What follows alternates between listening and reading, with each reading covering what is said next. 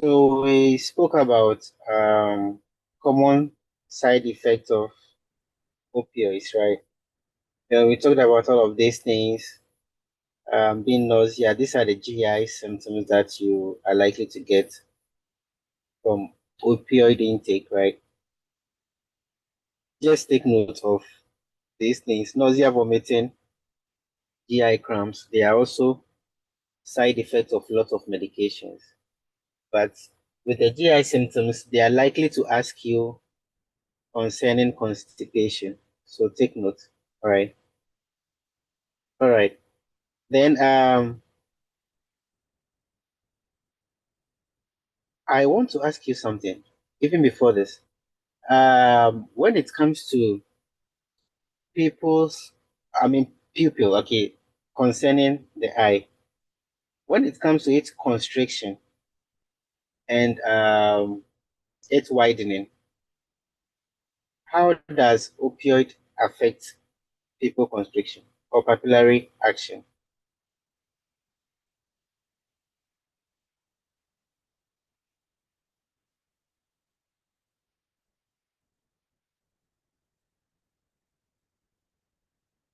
Are we all here? Is it pointed? It constricts them. Okay. It's constricted, right? So that is one effect of opioids, okay? When they come in or when you get any case study question and they're like um the patient's people's looks constricted, okay? Or the another word for constriction, sometimes when it comes to the papillary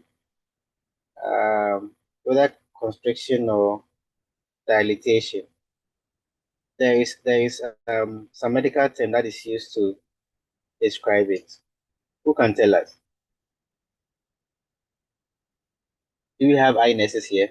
Meiosis or something like that. I forgot. Yeah, meiosis. Okay. So Meiosis, meiosis. So when you see, if you don't see papillary constriction and you see Meiosis, okay, SIS. When you see this, it also means papillary constriction, okay. All right.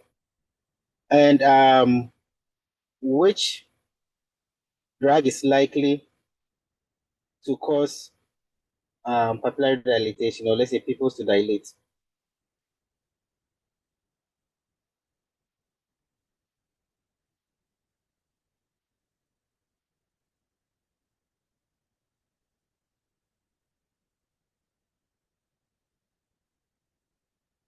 Atropine. Atropine. Atropine, like in relation My to graphics. what we are doing, like between Apple. opioids and Apples. Okay. uh-huh. Yes, I know about what you are talking about, right? Uh-huh. So in relation to uppers and lowers, for this one we are saying opioid is a downer, right? And we are saying downers usually cause meiosis, that's papillary constriction, right? So uppers are likely to cause what? Papillary what? Dilatation, right? And what is the medical term for papillary dilatation?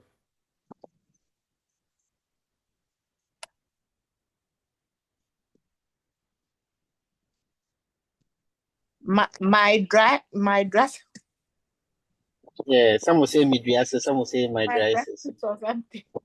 Yeah, so there's a word, okay? So if you see these things, okay, just note them. This one is in line with what when you have overdose or side effects of opioids, which are downers, right? And this one is side effects of herpes. Okay. Example is the cocaine and the rest, right? Yes. And of course, um we have drugs too. Talking about the atropine our brother mentioned. atropine is likely to take your heart rate up and all those. They are not directly an herpes though, but just to relate to what we are doing, it also causes what your pupils to dilate. That is why when you go to the eye clinic, sometimes when they want to examine you, depending on what they want to see, they'll put in some drops. Okay, they'll just I know we have eye specialists here, all right? They'll just drop some medications onto your eyes, then let your pupils to. I mean, you wait for some time for pupils to dilate before they check it out with an ophthalmoscope or something like that. Right. All right. Now back to this one. Common side effects when it comes to neurological symptoms, we have sedation, dizziness. We know about all of these things, right? And we talked about urinary retention. It's like you are dried outside. We talked about this, right? Okay.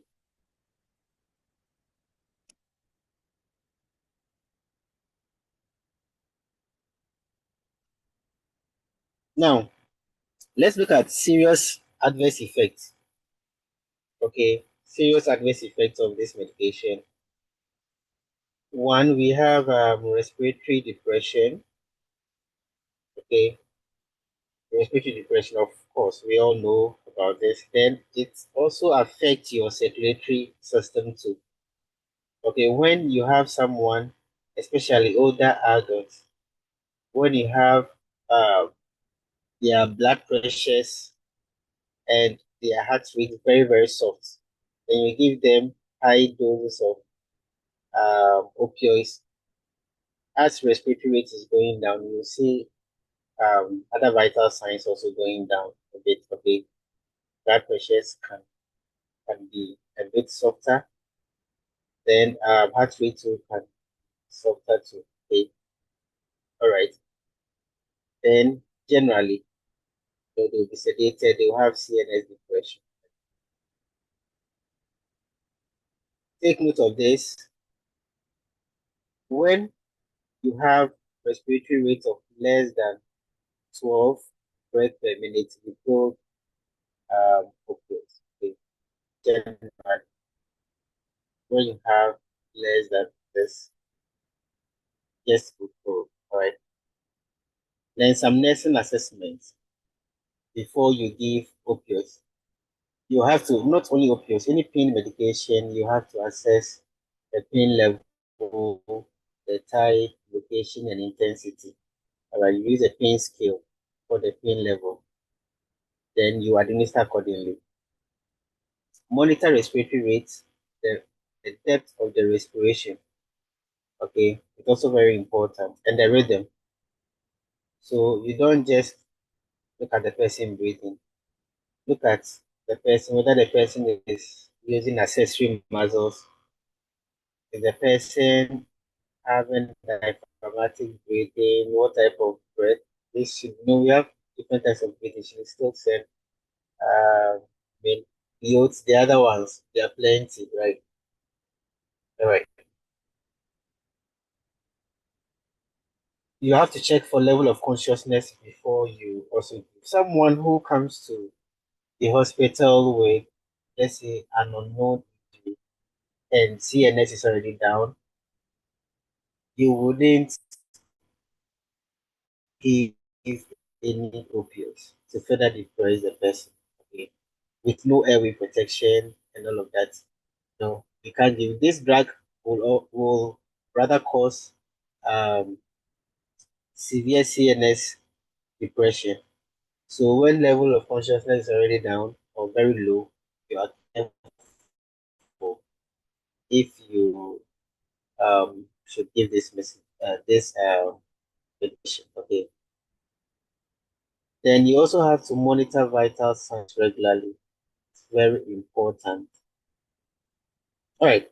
Now to wrap up with the first aspect, all that you've said, at least even if you forget something, these five things don't forget. Okay. Know that opioids downers. Okay, they depress your CNS. So they are CNS depressants. And they can cause sedation. We are saying sedation normally occurs before you see respiratory rates going down. Okay, you'll be sedated before you see the actual respiratory rate going down. And you have to hold medication if respiratory rate is less than 12. We just said that. Constipation.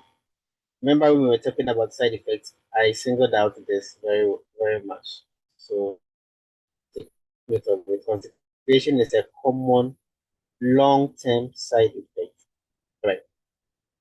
So some people, when especially some protocols in different hospitals, sometimes when patients are on long-term opioids, they want to give a stool softener in addition, so that this person doesn't stay constipated for a very long time. Okay.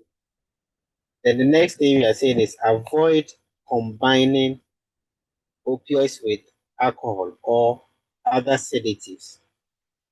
You know, alcohol generally is not good for almost every drug.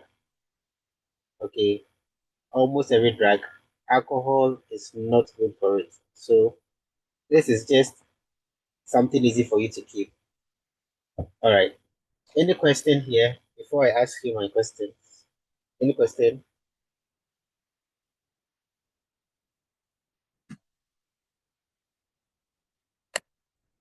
Okay. If you don't have any question, then take my first question here. Oh, okay. Let's talk about this before maybe my questions pop up, right? Yeah. So we've looked at opioids. Now let's look at how to reverse them. So that is, what we talked about was opioid agonists, right? In the direction of opioids. So this is opioid antagonist.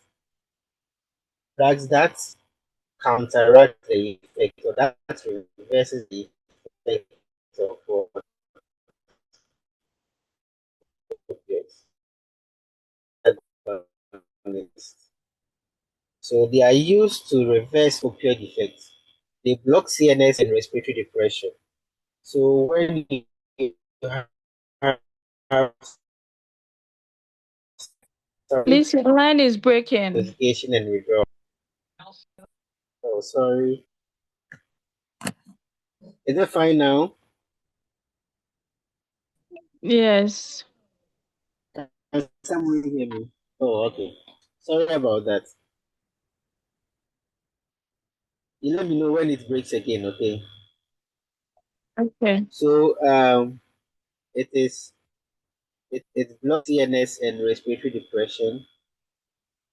It's also used for opioid induced constipation. So when someone has been on long term opioids and you want to solve this issue, maybe you've tried and patient is still not passing through even with stool softness.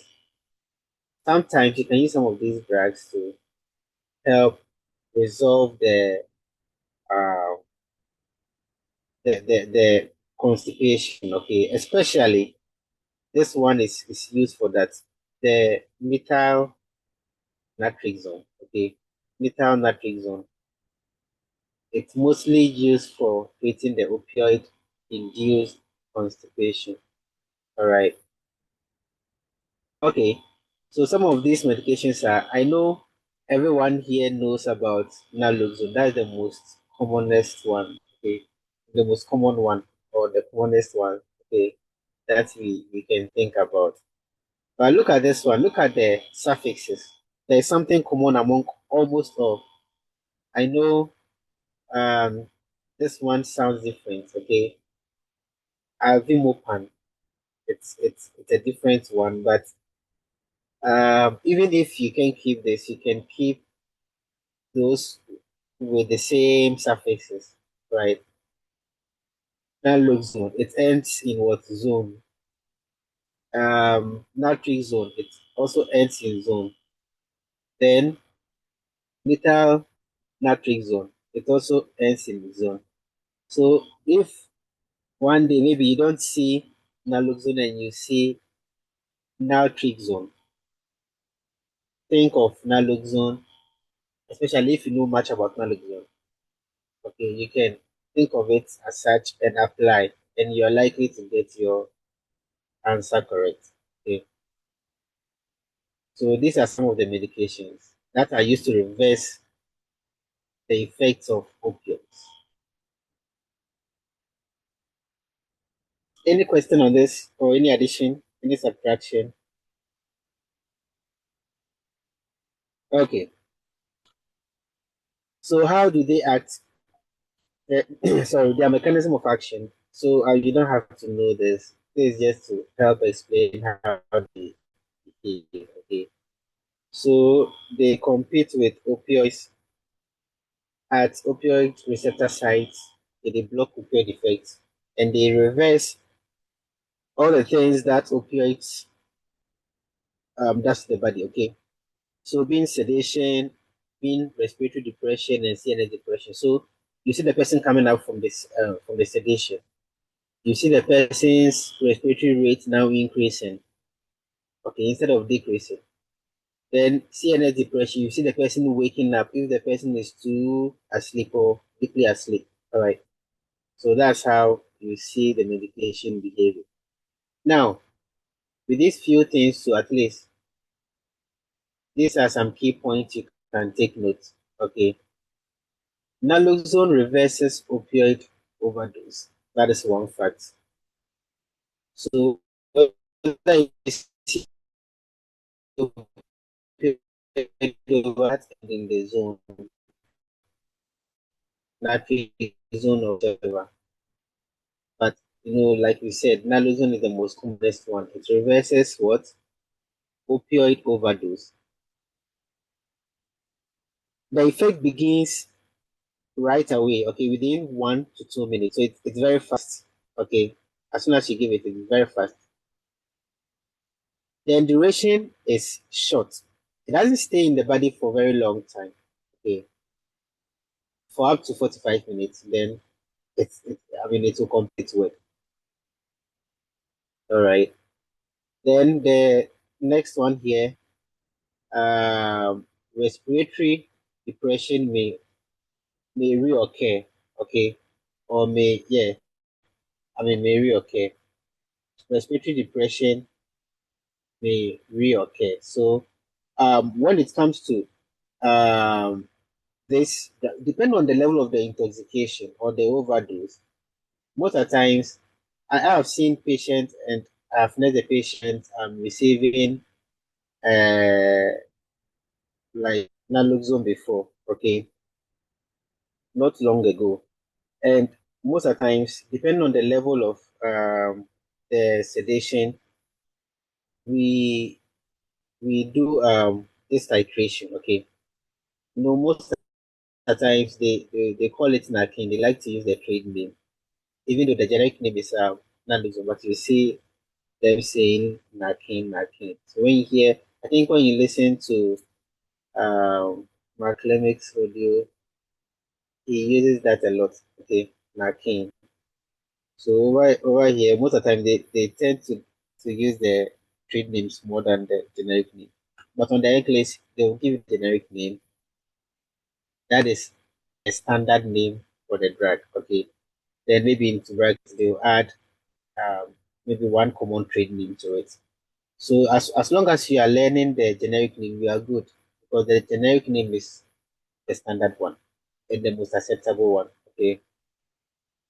All right. So um depending on the on what's going on, sometimes the drug will be given as a continuous infusion. Then we will have to titrate depending on how the person does well, okay, on the medication. All right. Then as you give this medication, the person or the patient should be on continuous monitoring. Okay. Person should be under continuous monitoring. That's why some of these drugs they are given in the ICU. This person has to be under continuous monitoring and observation. It's a continuous thing. Okay. Yeah, so that's how it is. Any question on this one?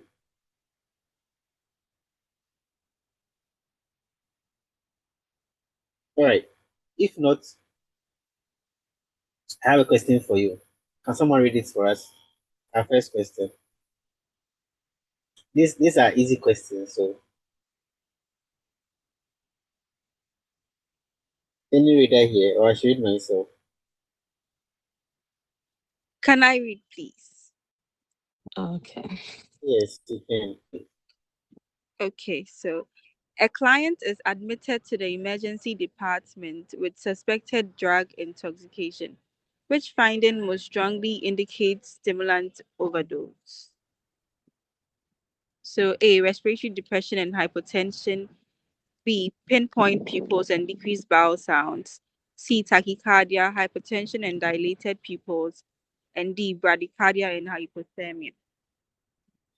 Okay, so whenever you hear of stimulants, what is an example, or what example comes into your mind?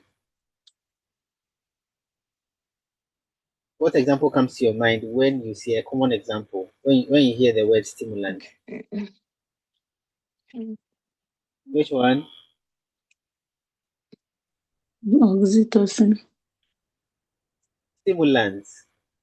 Those who were in Okay. class last, when you hear of Okay. stimulants, please, you can think of Okay. cocaine, Amphetamine. yeah, amphetamine, okay, amphetamines, yeah, or you can think of cocaine. I mean, yes, okay.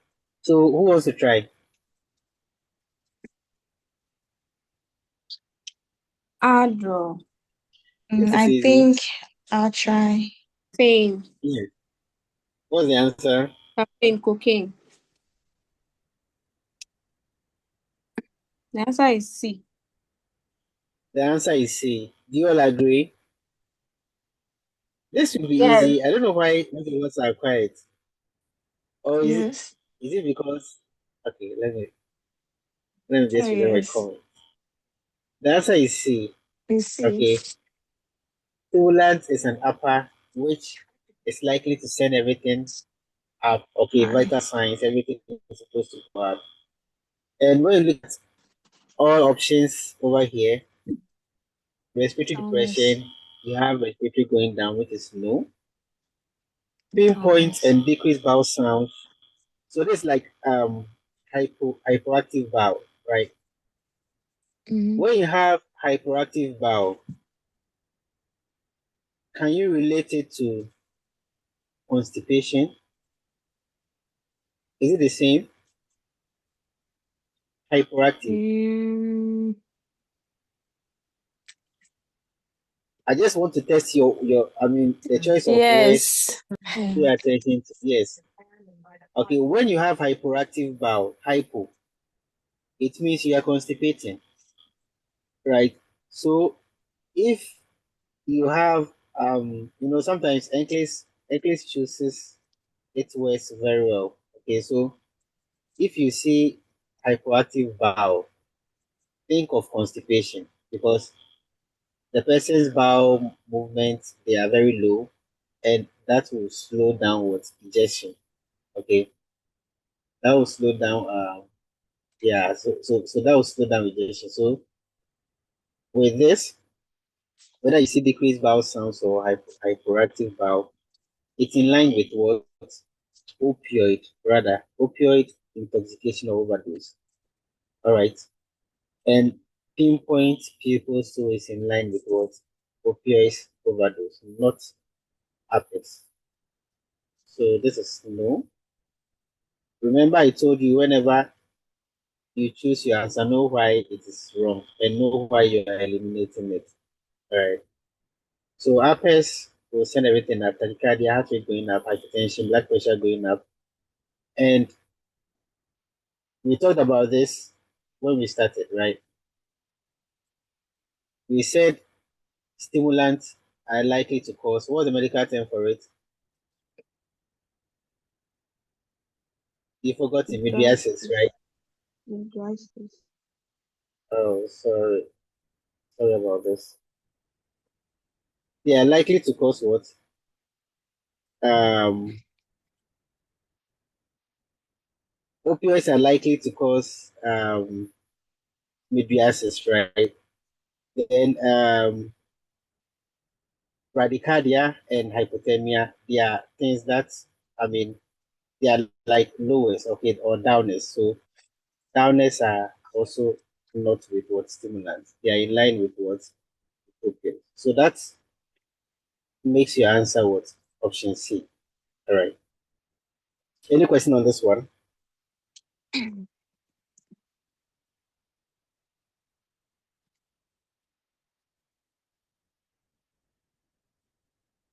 Any question on this one? Okay.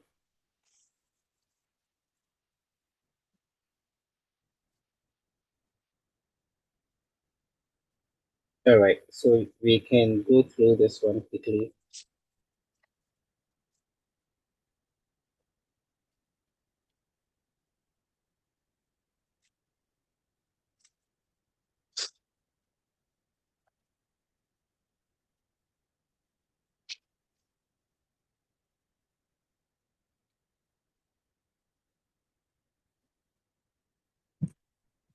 All right. Someone should take the next question for us.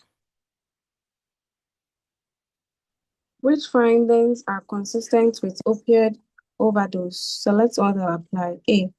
Slurred speech. B. Respiratory depression.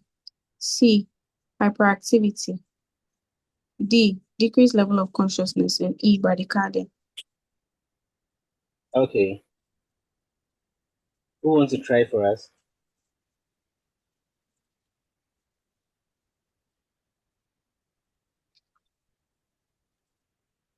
Findings consistent with opioid overdose. Let me pick out someone to help us.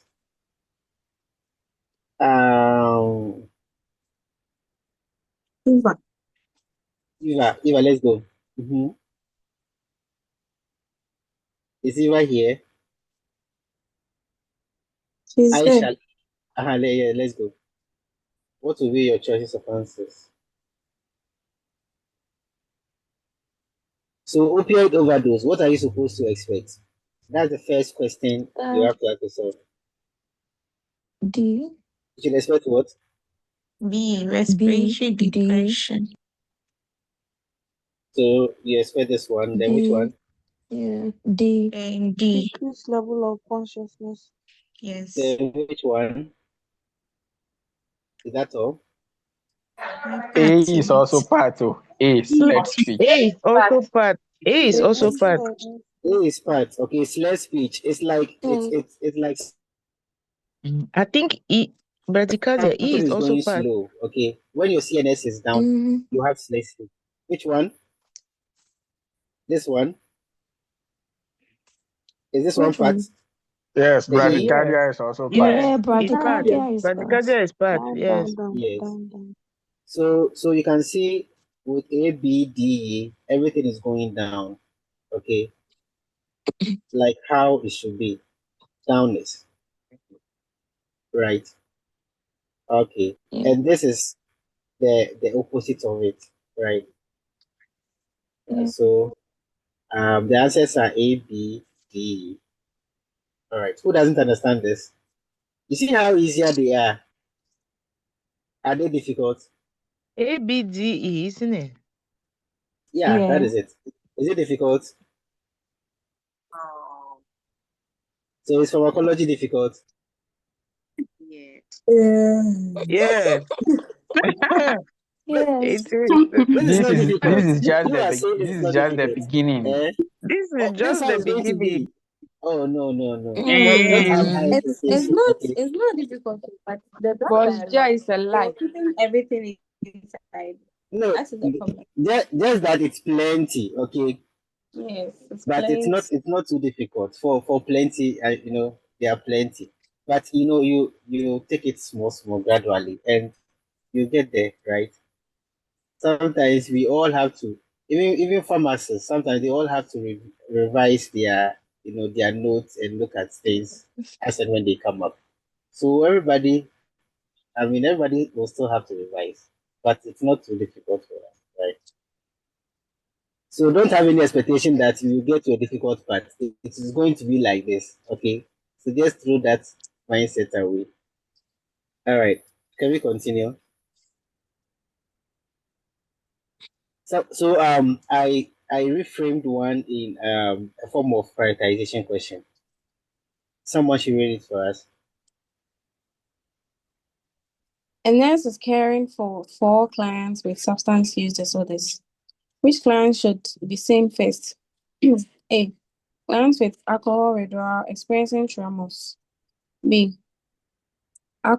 Clients with cocaine intoxication complain of chest pain. C. Clients withdrawing from a benzodiazepine with anxiety. D. Client intoxicated with opiates who is drowsy but responsive. Okay, this should also be an easy question, right? B. Did you see this on the end list? What answer would you choose? I choose B. B. Option B. Do we all agree? Yes. Yes.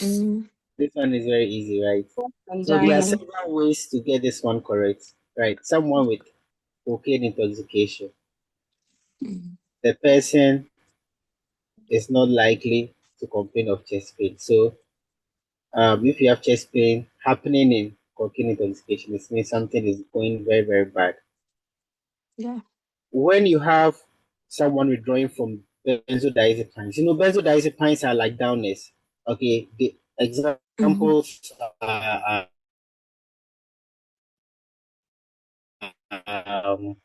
and all of those drugs. They are benzodiazepine. So they are benzodiazepines. So when you are withdrawing from it, you are going to go up. The intoxication is you go down, okay, or the overdose of it will send you down. That's a downer. But when you are withdrawing, everything becomes hyperactive. So benzodiazepine withdrawal is in line with what anxiety, which is okay. Do you understand it? When you have opioid intoxication, it will make you drowsy. It's a downer. Opioid is a downer. So that is in line with it. And it even continues to say that patient is even responsive. So you have no issue with D. Client with alcohol withdrawal experiencing tremors. Alcohol withdrawal, they experience these tremors, so which is in line with what is happening. So you see how to note that A is not a big concern.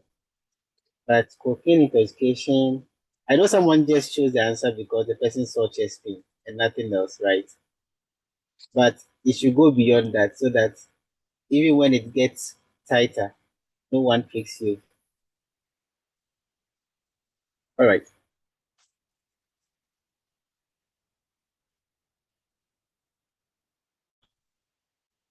So that is it, right?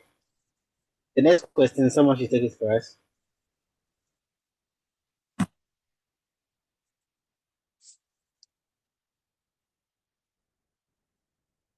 Where's my reader?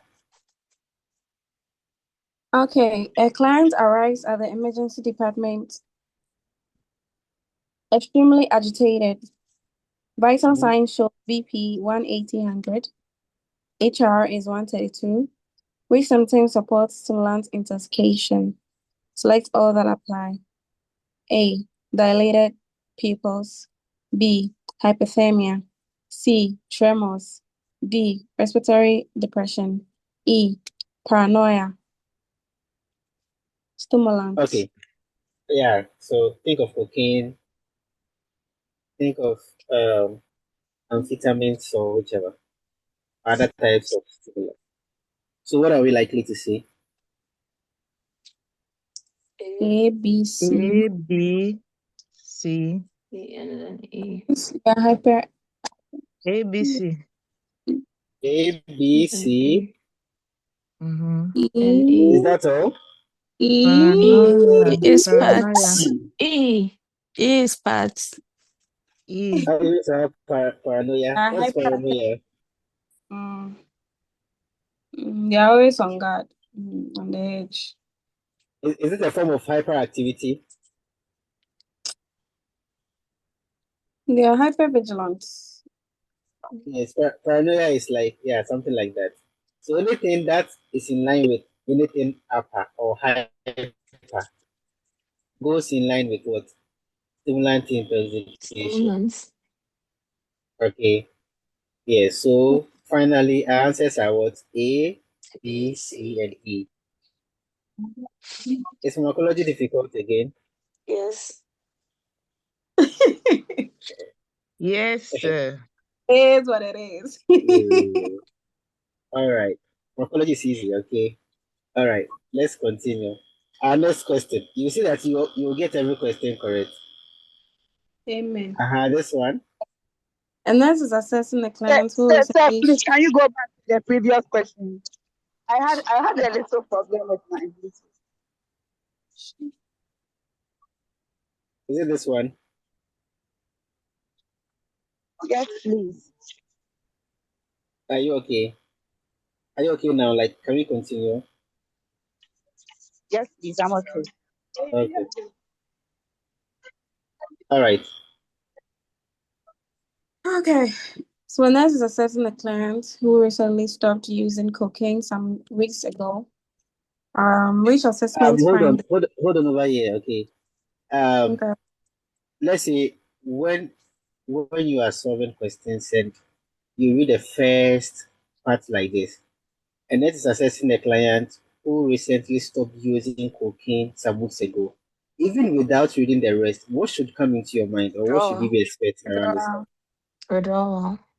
So you see how Withdrawal. to get case questions correct.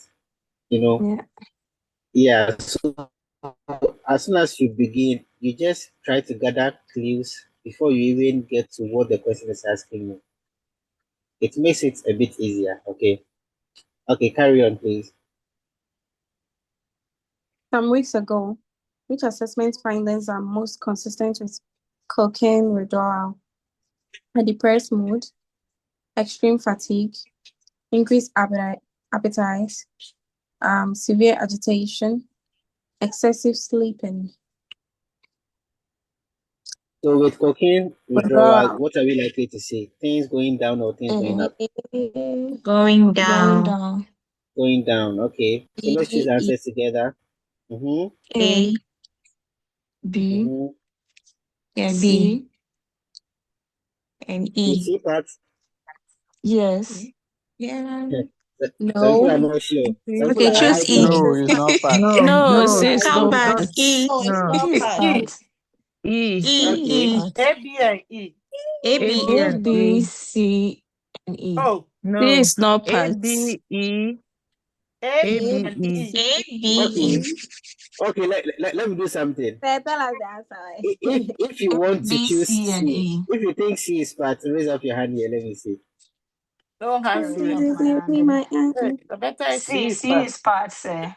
Some people are hiding behind people, right? Okay. Yes. So C is part. C. Okay. So Increase appetite. Esther Mary is the bravest here to raise the hand. Okay. I raise my hand C. too. C C, Okay. is C, So C part. also. Yeah, I don't know C where is to raise part. my hand. Sorry. So C is part. Let me tell you why C is part. Mm-hmm. You know, when I want to link it to um like adrenaline and uh when it's cortisol, okay. You know, adrenaline is part of your stress hormones. You know that. I think let me mention this one, sympathomimetic and or let me say sympathetic and parasympathetic. Let me use that one to demonstrate. Okay. When you have, I think we've heard of this before. Some people here they don't want to even hear this word. I know. Sympathetic nervous system. Mm. Okay. When you hear of sympathetic nervous system, um, it's the part of your nervous system that controls all things going up. Okay. So elevated heart rate, elevated blood pressure, everything going up. Okay. When you have, you know how sympathetic nervous system affects your how it affects your eyes. I want to pick it up from there, then I'll come to your GI. Okay. I want to use this to explain how it affects your eyes then just for you to have a fair idea of what's going on and how it affects your GI. Think of, sympathetic nervous system affects everything going up. So in this case, let's say it's in line with uppers. We are dealing with uppers and downers, right? So what do you think will happen in sympathetic nervous system, like with regards to your pupils? What do you think will happen in sympathetic nervous system? How does sympathetic nervous system affect your papillary size? Does it constrict it or it dilate it? It's Okay, let dilated. me ask you, how, Dilate it. how does herpes affect the pupils? Uppers. Mm-hmm. Dilate. Herpes like cocaine, Constricts. methamphetamine. Constricts. Dilate. Constricts. It Are you dilates. sure? We said Dilate. it It not long dilates. ago. It Yes, dilates. herpes Dilate. dilate. Dilate. Okay, Mm-hmm. herpes dilate. So link it to this one. Downers constrict. Okay, sympathetic nervous system to your pupils are going to be dilated. Okay, Mm. think of it this way. Now let's look at parasympathetic. Okay, okay. Let me talk about the eyes before. Then after I'll link the GI too. Okay, let's look at parasympathetic. So think of parasympathetic nervous system as downers, right? Like how you have downers behaving. So with parasympathetic. So with parasympathetic, everything is going down. It controls those activities when you are very relaxed. Okay.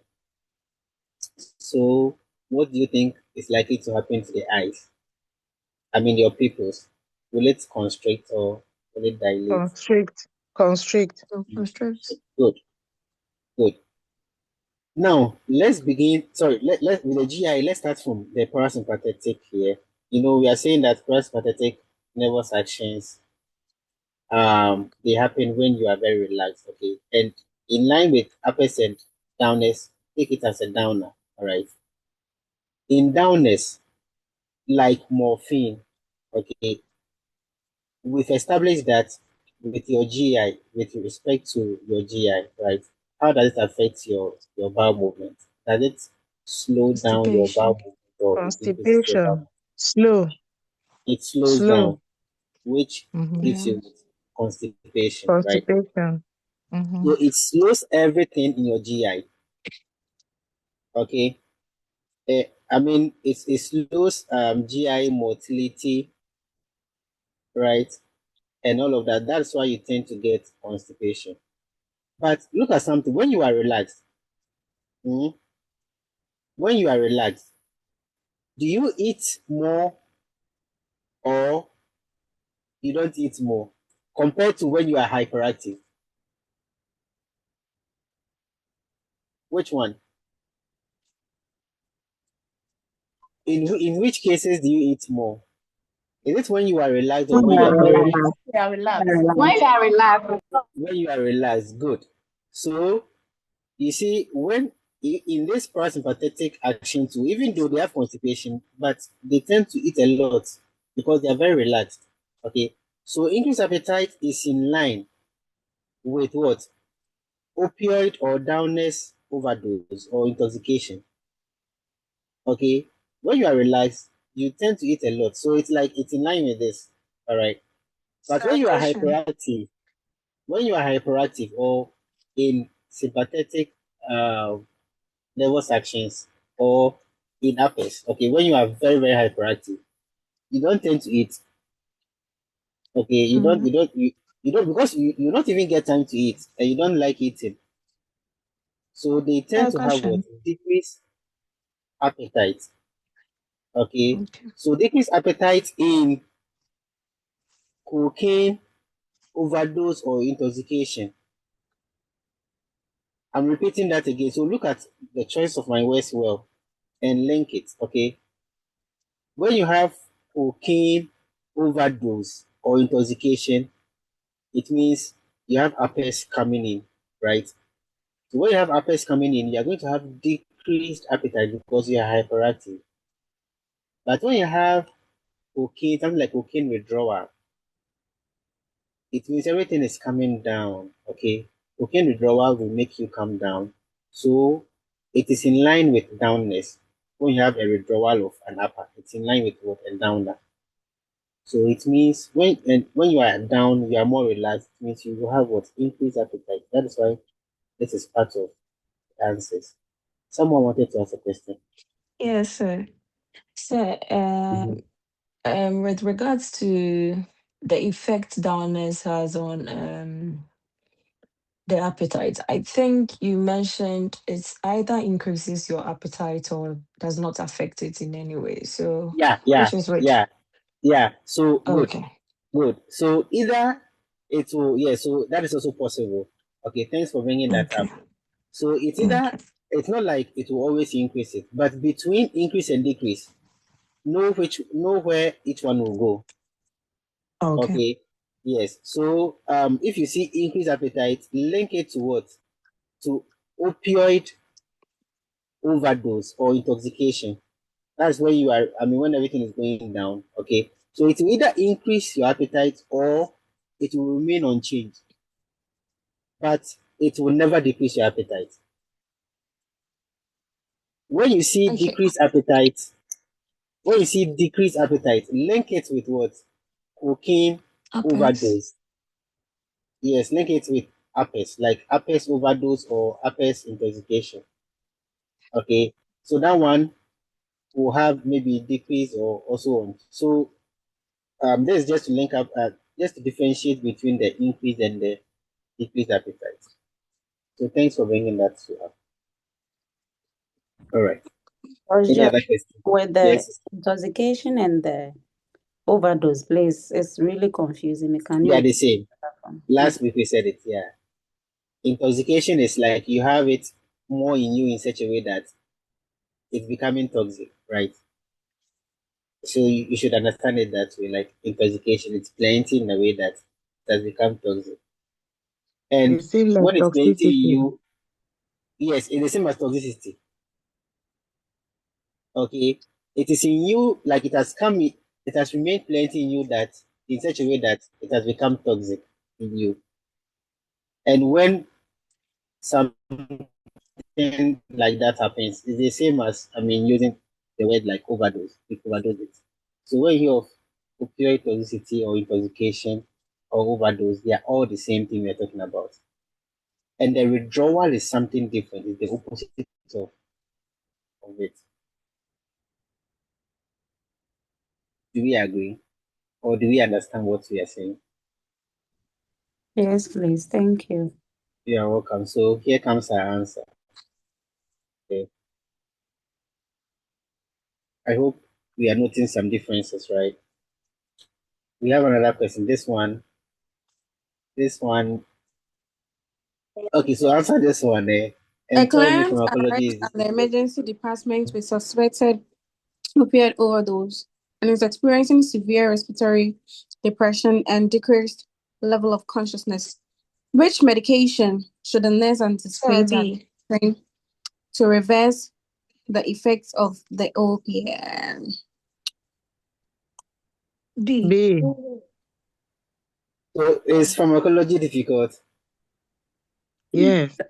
Sir, yes. Hmm. It Yes. still Yeah, doesn't you validate It the depends on the meaning. type of question being given. yes, yes, because you might know it, but when you meet some tricky question, Okay. no. So we are going there. The tricky questions will come. But when we have the explanation here before we get there, it becomes easier. You know that. When they give Yeah, you a so we'll medication get that there. you have no idea what it is. Ah. Yeah, That's yeah, where that the is trouble different. lies. Where the trouble lies. That's different. Okay. So now let's talk about so I think we've talked about opioids enough. We have opioids and non-opioids, right? Now let's talk about non-opioids.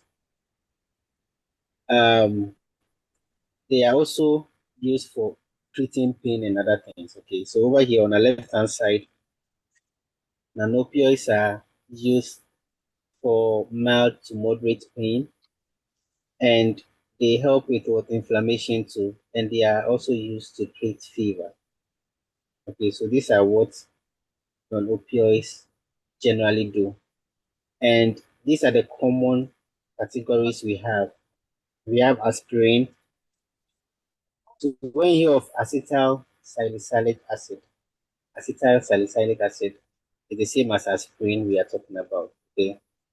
And we have acetaminophen, we have NSAIDs.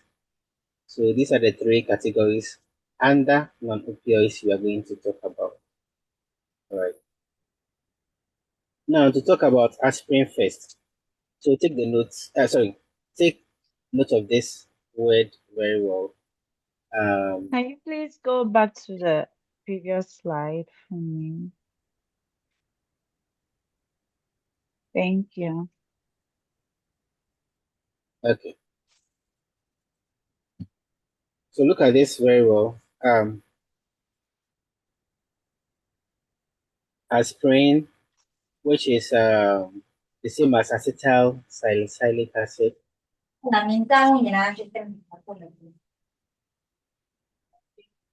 This is the mechanism, right?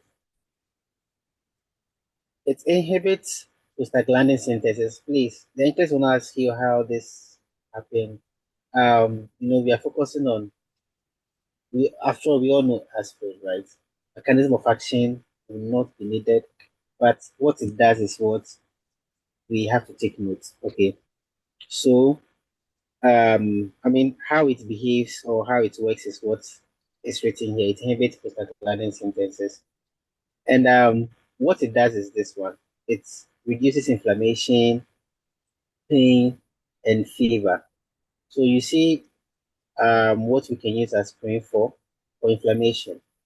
Okay, that is where you have the swelling and all those things happen.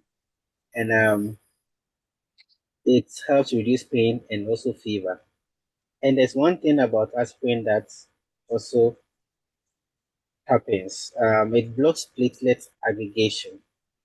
What does that mean? Platelet helps you to clot. So when you have aspirin setting in, what it does is that it prevents the platelets from coming Clotting. together to form active clots or to let you clot normally. So that will Yeah. also increase your chance of bleeding.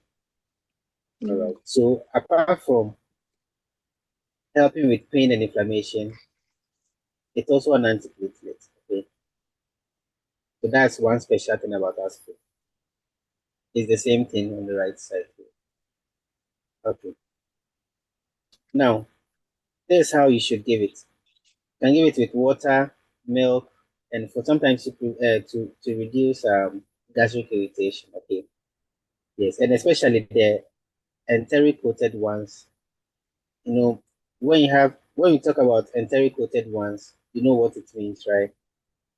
It's like um, most of the times the outside one, you have an outside layer, okay, of the drug, which sometimes is very hard or something to protect gastric irritation, and you have the main drug inside. Okay, so enteric coated ones help to prevent gastric irritation. So these are some of the side effects of aspirin when you take it. Whenever Okay, let me leave this for for us ahead. Okay, there's a question ahead on this one. Let me just go when it comes up. I will let you. So we have tinnitus, right? Some will say tinnitus. That is ringing in the ears, right? As part of the side effects, we have visual disturbances. We have GI irritation or bleeding. Okay, so this bleeding, when you see maybe melena or hematuria. Okay. I know GI bleeding is more of melena, but when you see hematuria to someone, so any signs of bleeding when someone is on aspirin, you should know why it's happening. Then hepatotoxicity. So aspirin too has a serious or major toll on the liver. Okay. Allergic reactions too can occur. And all that you have to do is, especially when you are, like all medications, not only aspirin, you have to teach client to report signs and symptoms immediately. So with these ones, when you are giving education, tell patients to report signs and symptoms, right? When they see any of these things happening. Now let's look at some safety teachings about aspirin too. Like we said before, with all medications, avoid combining it with what alcohol. Then do not combine with other aspirin containing over-the-counter drugs.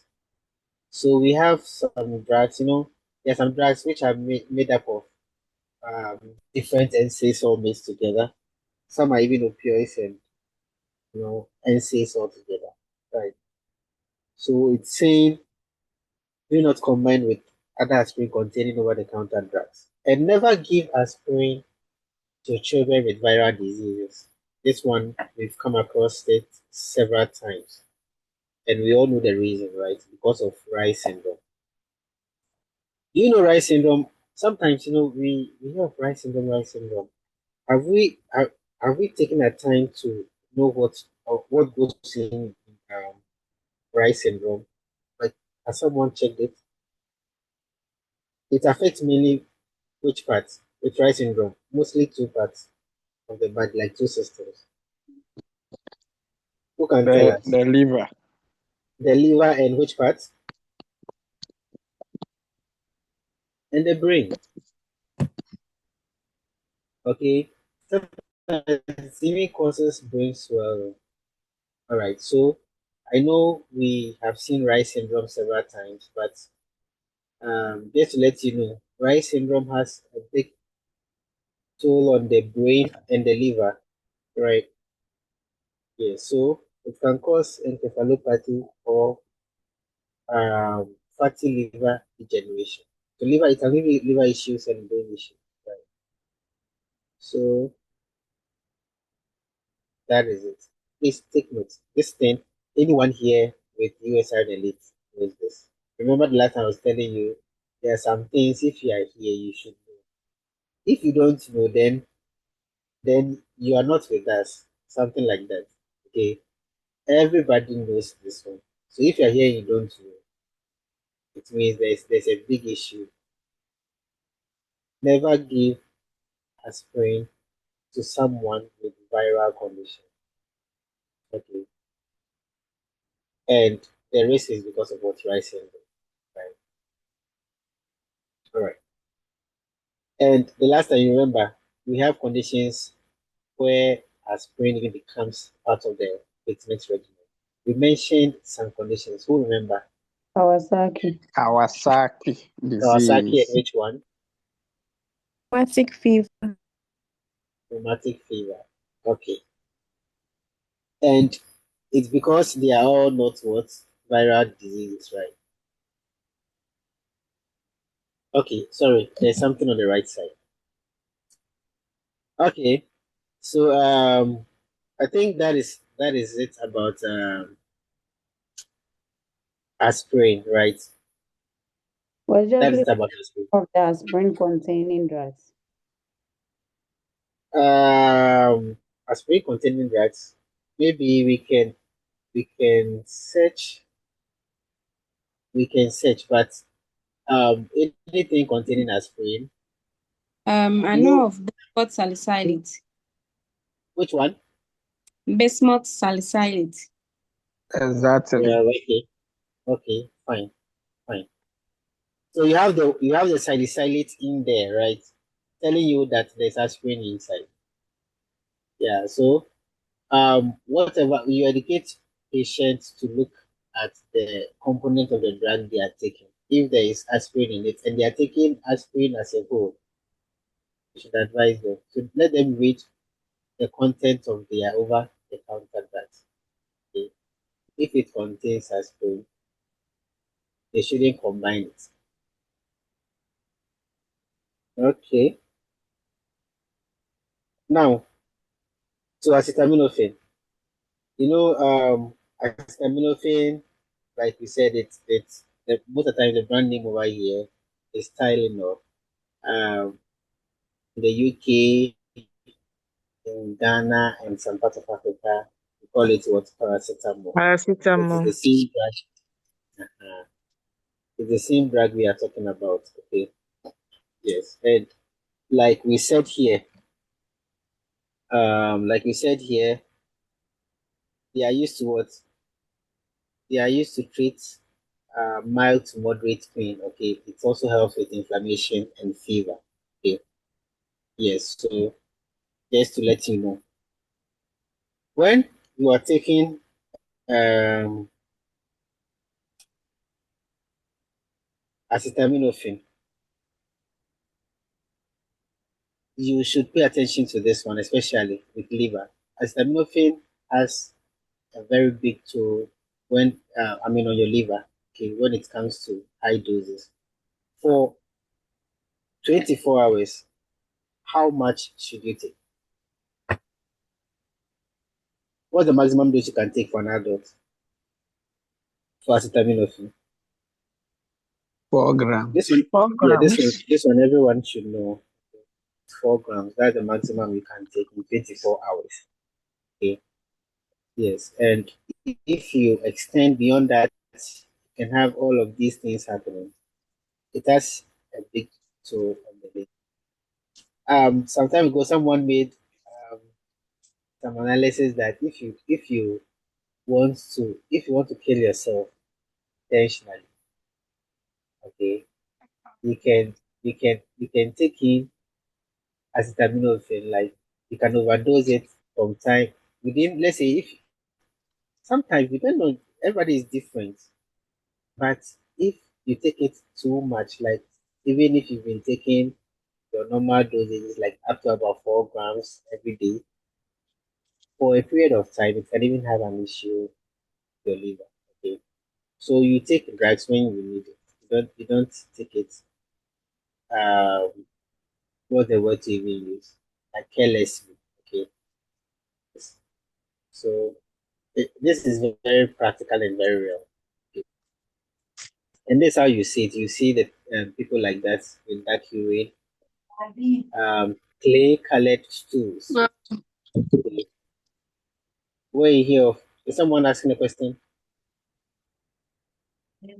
When you hear of clay colored stools, then you should know that the liver is fat, okay, or the liver is involved. Then jaundice, you see yellowish discoloration of the skin and sclera, some other parts of your mucous membrane. Abdominal pain will be there, fever. Okay, so even in the toxic state too, you can even have fever too. And what is used to reverse acetaminophen, just in case you have the toxicity or you have overdose of it? Here is the antidote for it. Let me ask you a question. What is the antidote for aspirin? I intentionally put these two parts on the same slide. So if this is the Sodium antidote for bicarbonate. acetaminophen, what's the antidote for aspirin? Sodium bicarbonate. Are you sure? The same thing. Acetaminophen. The same thing with acid. And It's something. Are you sure it is the antidote? It's like you can say That's the naloxone name there. is the antidote for opioids. Can you say sodium bicarb is the No, it's antidote for not sodium. aspirin? No, No, it's It's not Eh? acetaminophen. sodium. No. Someone is saying, I'm asking about aspirin. Someone is saying acetaminophen. Or are you saying acetaminophen is the antidote for aspirin? Is that what you are saying? so vitamin K. Vitamin K. Boss, you are asking Okay. about aspirin. Yes, I'm asking about aspirin, the antidote for aspirin. It's as something. it's the same. Oh, it's the same thing. I don't know how to pronounce the name. Acetal cis. Oh, Something. Yeah. Acetylcysteine. Is it the same as this drug? Somebody say 16. No. Acetylcysteine or acetylcysteine. Uh, uh, I say something. what is the same as acetylcysteine here? Oh, it's not the same. Yes, that's it. Okay, so Someone is also saying activated charcoal. so you see, we are getting multiple things. So what does it tell you right now? There is no specific antidote for aspirin. Wow. Okay, yes, there is no specific. It doesn't mean that because we have antidotes for some of these, so we should by all means have it. So we don't have specific antidote that you can relate to aspirin. So it's we have conservative ways that you can help reduce the levels of the drug. So let's say if the person has ingested a lot of it and it's between 1 to 2 hours, like you know how you treat poisoning, right? So the one who mentioned activated charcoal, if the ingestion time is within this period, you can give activated charcoal to reduce rate of absorption. Okay, so that you can get most of the drug cleared from the body. Right. So that is one way. Then those mentioning sodium bicarb, um, sodium bicarb too will help. You know, sodium bicarb is like basic, right? Aspirin. Look at what's the name for aspirin. Let me show you something here. You see, as we are learning this, we can, you know, we are borrowing lots of ideas from other places too. Look at the name. I want you to picture it. Where is it? Yeah, look at the name. Acetyl salicylic acid. Sorry, acetyl salicylic acid. Acetyl Sometimes, salicylic acid. sometimes you What does even it say? hear It's salicylic an acid. acid. Okay. Yes, sometimes. Yeah. Okay. So what does it tell you? You know, it means it's what an acidic drug, Acidic? right? Yeah. Yes. So when you give sodium bicarbonate is a basic drug, Yes. okay, or an alkaline drug. Neutralize. So sometimes, or most of the times, they give the sodium bicarb to help neutralize the effects of this Acid. drug. Okay, it doesn't mean that sodium bicarb is actually the antidote for it. If you're saying it's the antidote for it, then it means it should also help prevent the bleeding if it's excess and all of what aspirin does. Okay, but it's not like that. So, you know, so you treat it with what um is important and you know, depending on what is happening. Okay. All right. So, just to go an idea to let you know what is happening, overdose of aspirin can lead you to what acid base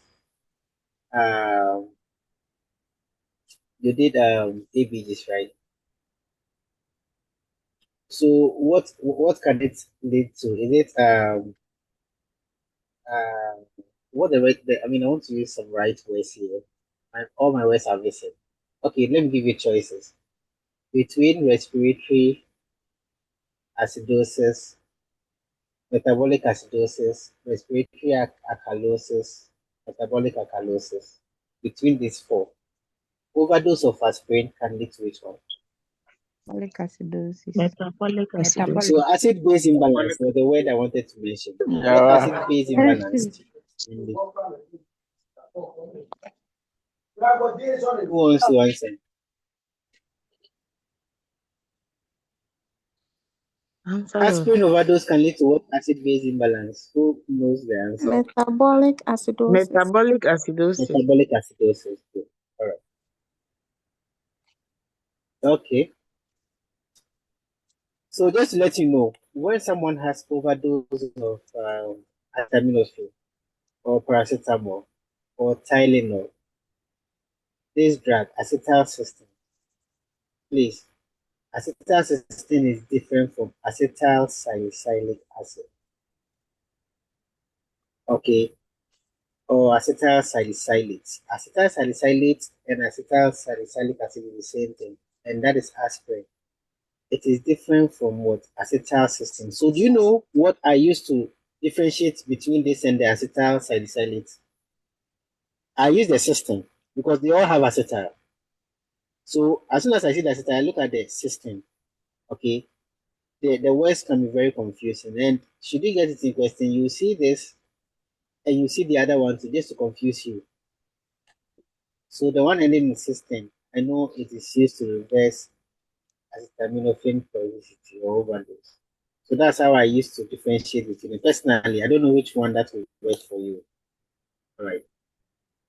Sergi, the acetylcysteine is also called mucomist, so I think they can use that to differentiate.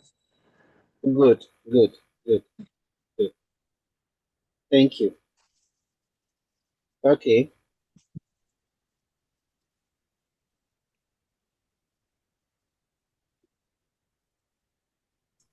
NSAIDs. Now, so this is the last thing to talk about. Remember, we talked about three things about non-opioids. We spoke about aspirin. We talked about acetaminophen. Then the last one is NSAIDs, right? So let's look at the mechanism.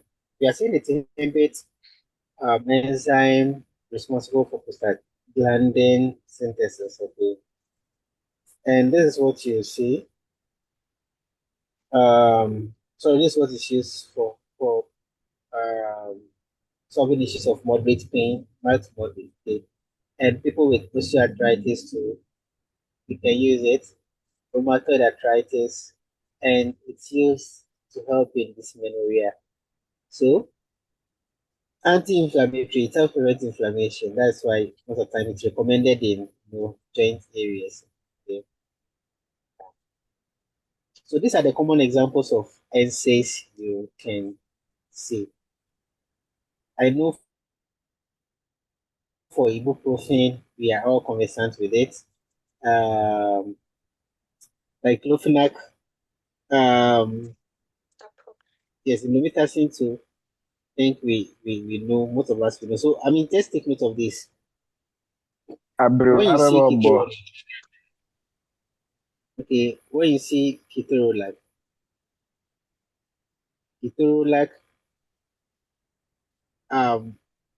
there was one, okay, I will not mention it here because of what we are doing, but please take note of the NCs. When you get them, most of the times they are not going to give you the commonest ones. Okay. Uh, there's an experience. I have an experience with ketorolac. The first time I saw it, right? But do you know what made me get this one correct? I remembered diclofenac. So the act helped me relate it easily. Okay. So diclofenac to like they're in the same family.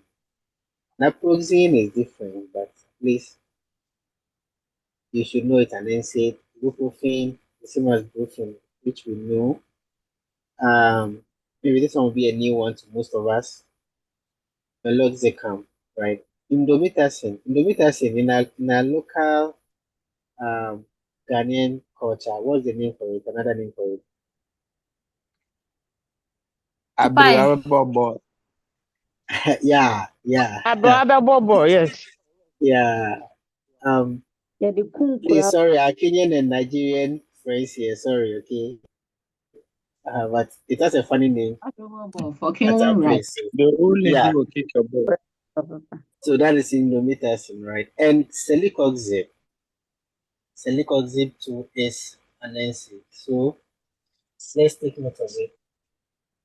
Celecoxib. All right. It doesn't But sound yeah, like it at all. Yes, there is another one too. We call yes, it bro. descetoprofen. Ah, Yes, Descetoprofen. yes. So when you hear of those profane, it should tell you what it's an NSAID. It's in this same. So you see, that's how you can get when they give you drugs and you don't actually know what kind of drug it is. Sometimes you can try and relate. Okay, that like the drug you just mentioned, the schizoprofen. At least When you hear of this word, you should let ibuprofen resound in, okay, which makes it a bit easier. Okay, thank you. Now, when you are giving NSAIDs,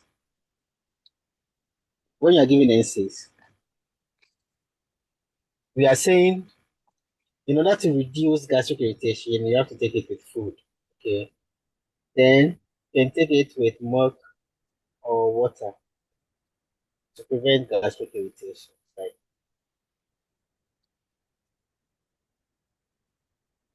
This is the nursing tip when you are taking NSAID. You have to give it 30 minutes before any activity to reduce the pain during movement. So let's say if you want to take someone with, let's say, osteoarthritis wants to go for a walk. Let's say if the walk is scheduled to start around 8 a.m., what it means is that you should give the drug around 7:30 or even before 7:30. Okay. Because oral drugs, most of the time between 30 minutes to 1 hour, that is where it starts working. So you have to give it ahead before the activity starts. That's what it's trying to say. Then NSAID toxicity signs, what they should report. Clients should report blurred vision, ringing in the ears, okay, severe stomach pain, and GI bleed. NSAIDs can also cause bleed. So we know about that, right? Okay. Now, contraindications. Avoid NSAIDs in clients with what? Asthma. Okay. In asthma, avoid what? NSAIDs. Avoid NSAIDs when you have GI bleed because it will worsen the bleed, right? Avoid NSAIDs when you have peptic ulcer because it will make the bleed and the pain worse. When you have renal disease, just refrain from NSAIDs because they are not going to be excreted. You have poor excretion capabilities by your liver, so sorry, by your kidneys. So you need to have everything stay in the body to cause a rebound effect. You don't want that to happen.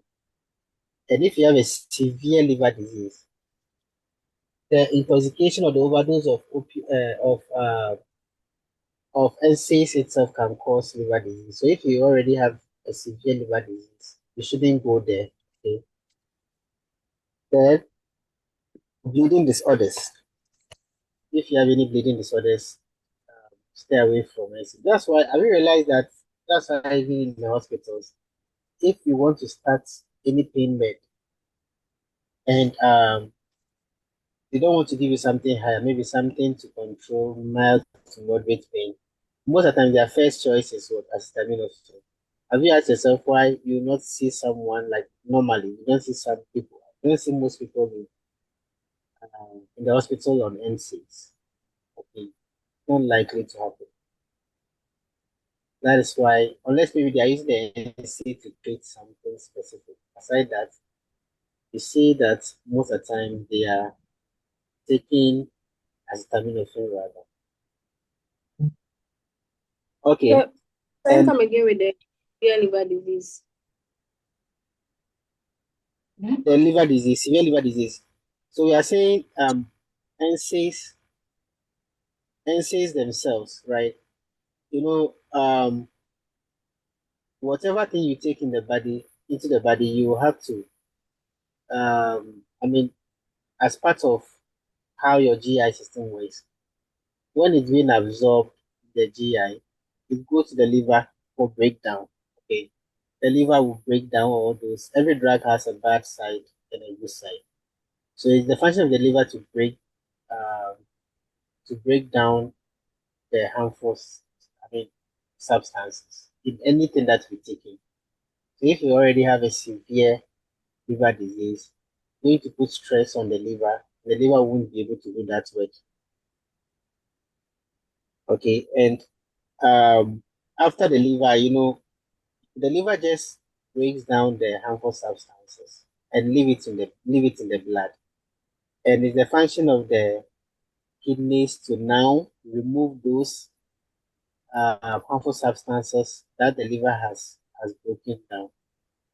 It's now the function of the kidneys to remove those substances. So if you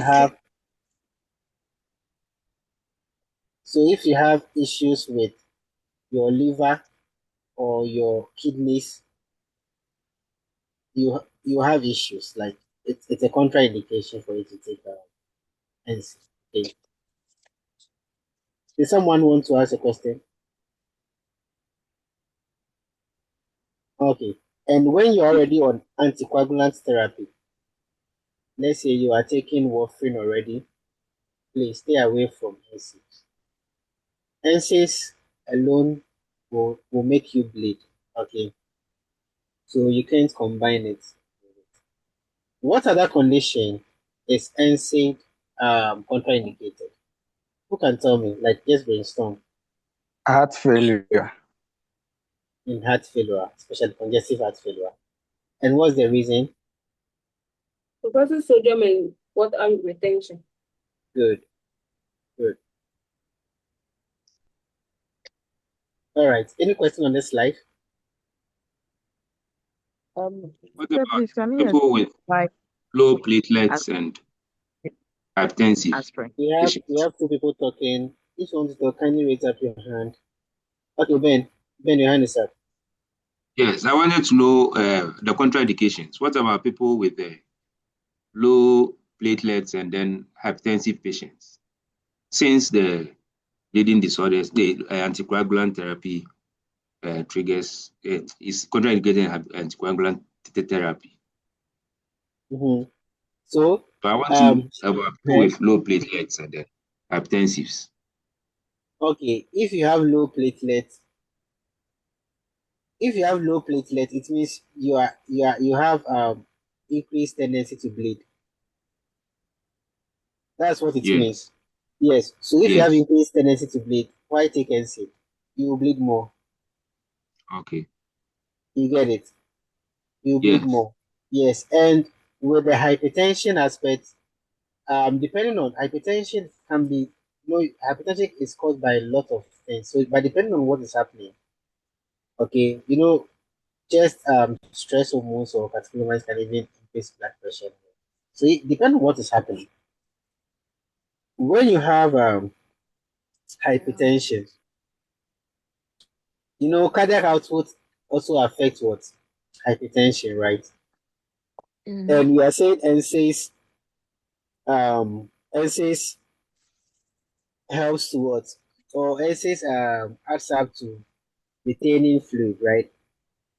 Retaining fluid in your body. So, what do you think about that by combining the two? Oh, good. Is someone answering for us?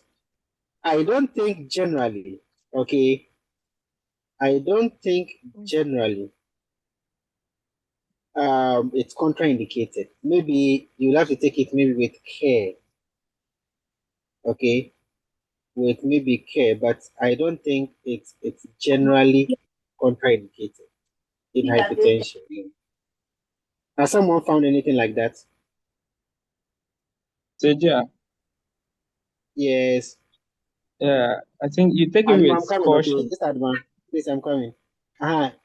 Let's stop. I was saying you take it with caution because some of the Yeah, insect like diclofenac contains sodium, and sodium retains water. yeah, And yeah. So it's so like with when caution. someone says It's not a direct contraindication, sure, but you take it with caution. Yeah, yeah. I think that is it. Okay, but when it comes to bleeding disorders, that one you can say it's like it's a contraindication. Okay, when it comes to heart failure, you can actually say it's a contraindication. Yeah, but some of them you just have to take caution when taking them. It's not actually a contraindication. Please, do you understand? The one who has the question. Is that Ma? Your hand is I got it. up. Yeah, thank you, sir. Please, I would want to know why the asthmatics can take ANC. Oh, this is okay. So who can explain that? This is very. I don't know whether it's different from beta blockers. Okay, but let me just take let me just take some contributions here. Who can help our sister? Who can help our sister? Why NSAIDs are not encouraging? Please, this one they are even contraindicated. You don't have to take it. You don't have to even say should be taken with caution. It's contraindicated. So who can help? Because even in real life, when they take it, they have, I mean, serious congestion, you know, they have airway constriction and all of that. Okay. So who can tell us why that happens?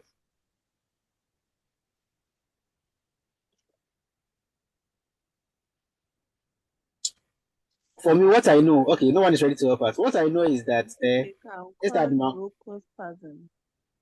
uh-huh. Someone is trying to talk. Saying that they can lead to bronchospasm. Bronchospasms. Oh, okay. Yeah, something like that. An actual mechanism, okay. For me, It when also I'm doing pharmacology, come again.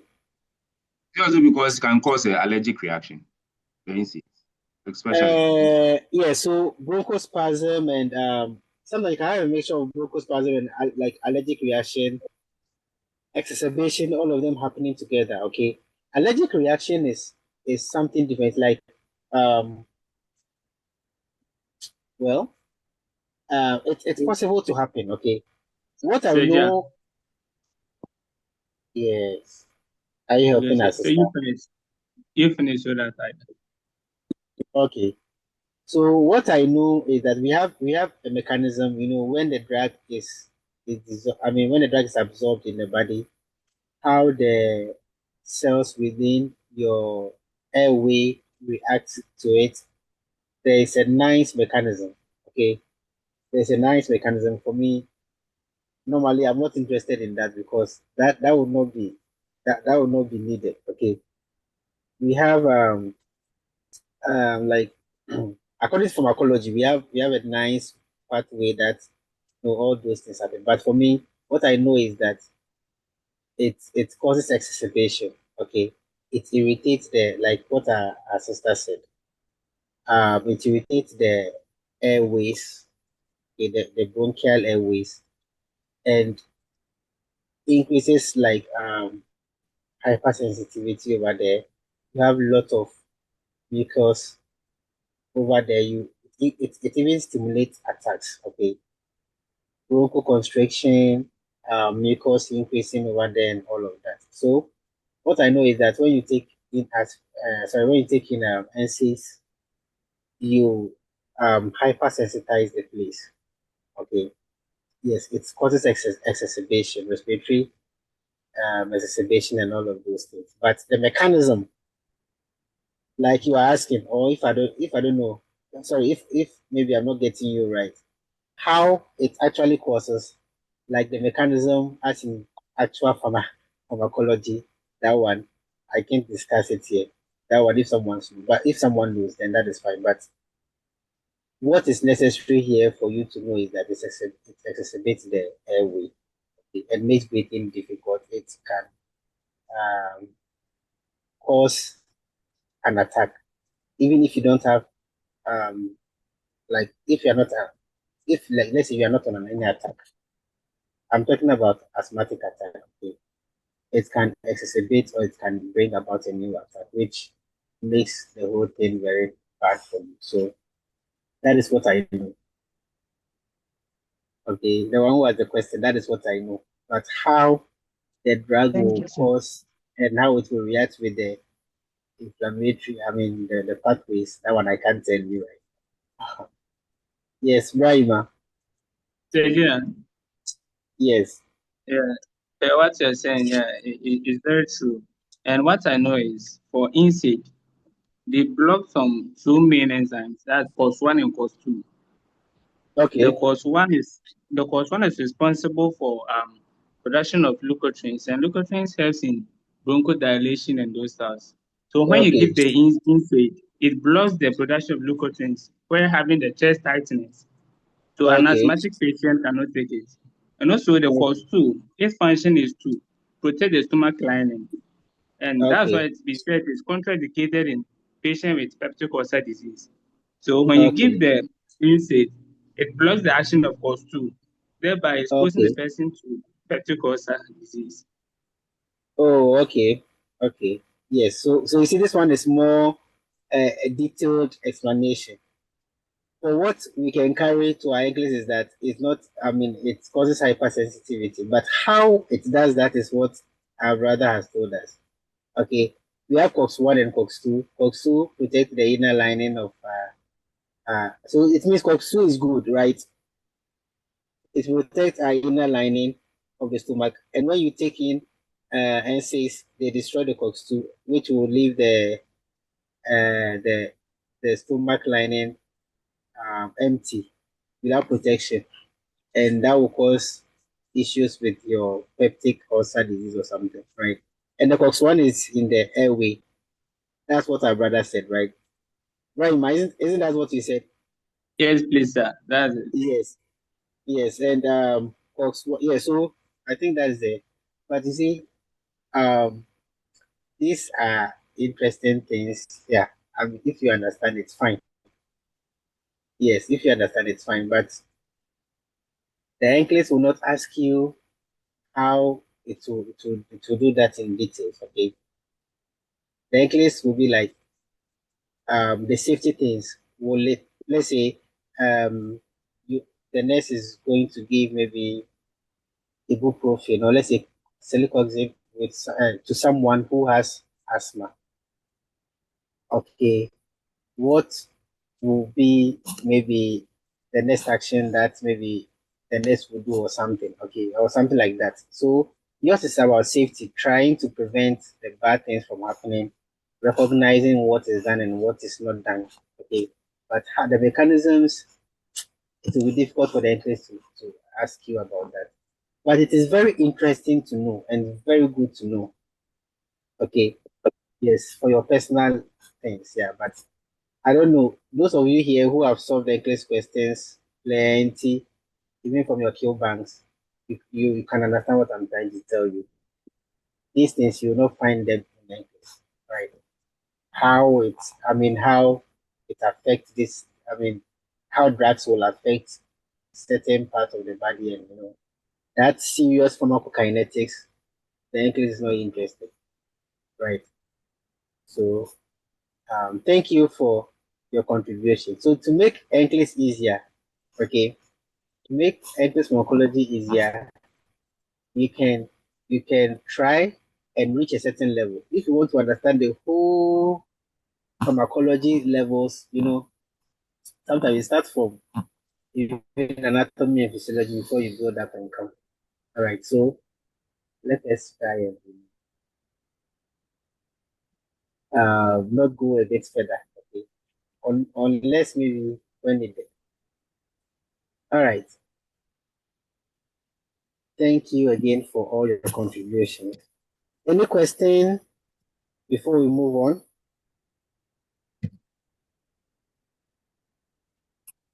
Um, we were talking about this. Any question on this one before we move on? Hello, Okay. Sergio. Yes, sister. Please, NSAIDs are not given in pregnancy, right?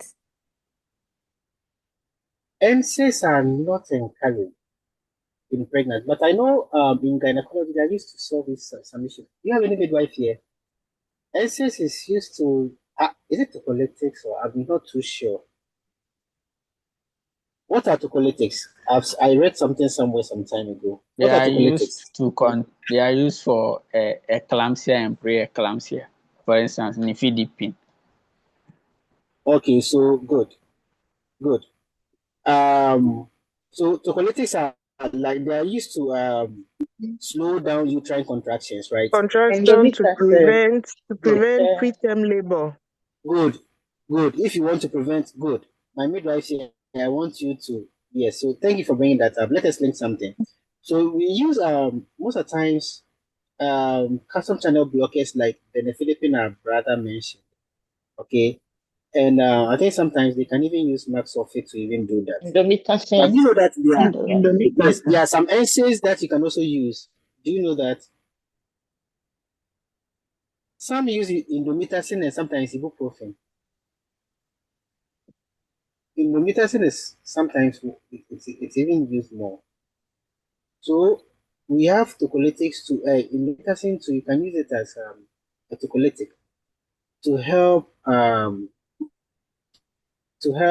delay or to help yes to help delay or slow down uterine contractions. Okay, to prevent preterm labor.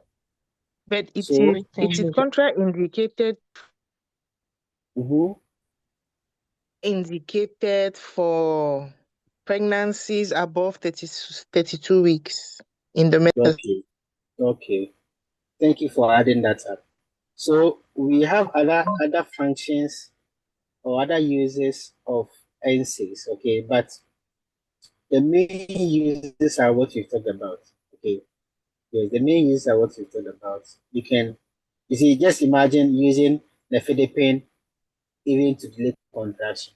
Nifedipine is basically not used for that. It's an antihypertensive, but it has that kind of effect, or it also has that kind of usage. Okay, doesn't mean you can actually, oh, that's the main purpose of it.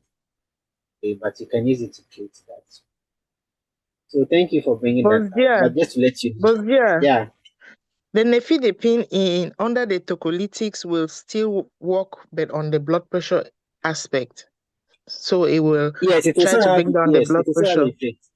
Yeah, yeah. So um, I don't want to even go there and mix up the whole thing. Okay, but let's say if you are giving let's say let me give you an example. If you are giving indomethacin, which is an NSAID, and it's under what we are talking about. If you are giving indomethacin in someone who is pregnant to delay labor, okay, or to slow down uterine contractions, and this person has a serious, let's say, risk factor for bleeding, the person is bleeding, would you even choose indomethacin as your tocolytic?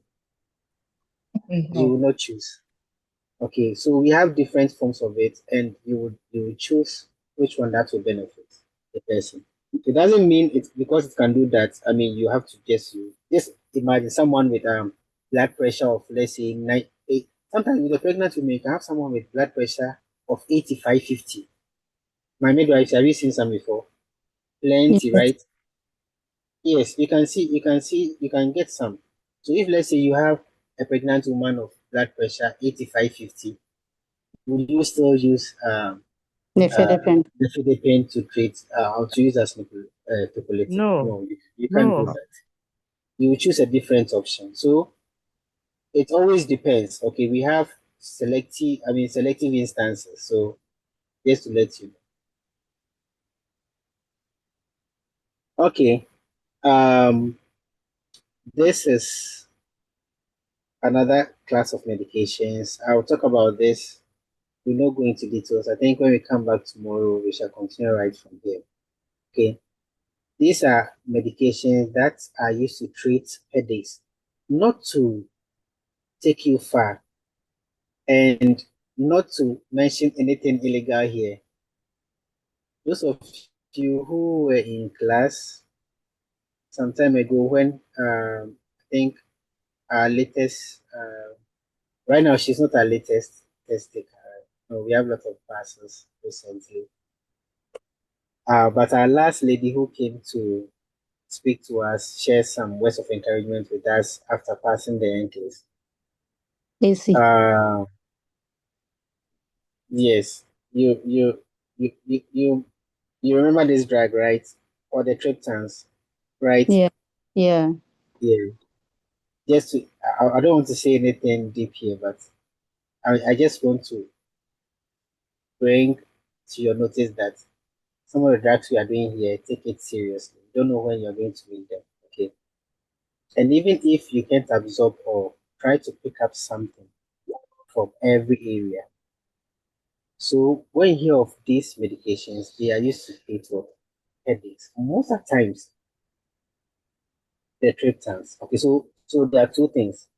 Medications for headache, they either prevent headaches or they are used to treat what acute attacks. So they are these two things. So you see all these drugs here, their main groups here. Some of them are used to prevent headaches, and some of them are used to treat acute headaches. Some of them also have um, both of them. I mean, they prevent and they also treat acute attacks. Okay, and we are going to look at them. Okay, whenever you see, like before we go to today, try and at least keep this, even if you forget about the rest. Try and keep triptans. Like every drug that has this triptan attached to it. You see, these are the classes. We are going to go through the triptans. We go through the EGOT alkaloids, beta blockers. We know there are many antihypertensives, but they're also used to treat what headaches. Okay, we look at that when we get there. Antiepileptics, analgesics. Okay, we will look at them, but just to let you know, I mean, take home something. Anytime you see triptan as a suffix, so whichever word that comes first with the triptan, know that when it comes to headaches, okay, headaches, if you see the word headache, go for anything that has what triptan.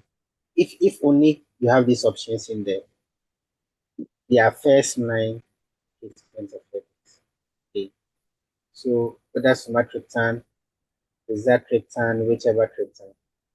And they act by what? By constricting intracranial blood vessels. We'll talk about that. We'll start from here, God willing, tomorrow. Okay. All right. Okay. If you have any question, you can ask. Okay. So we talked about these ones. The triptans, got beta blockers, antiepileptics, and analgesics, which are main groups of medications used to treat headache, right? Okay.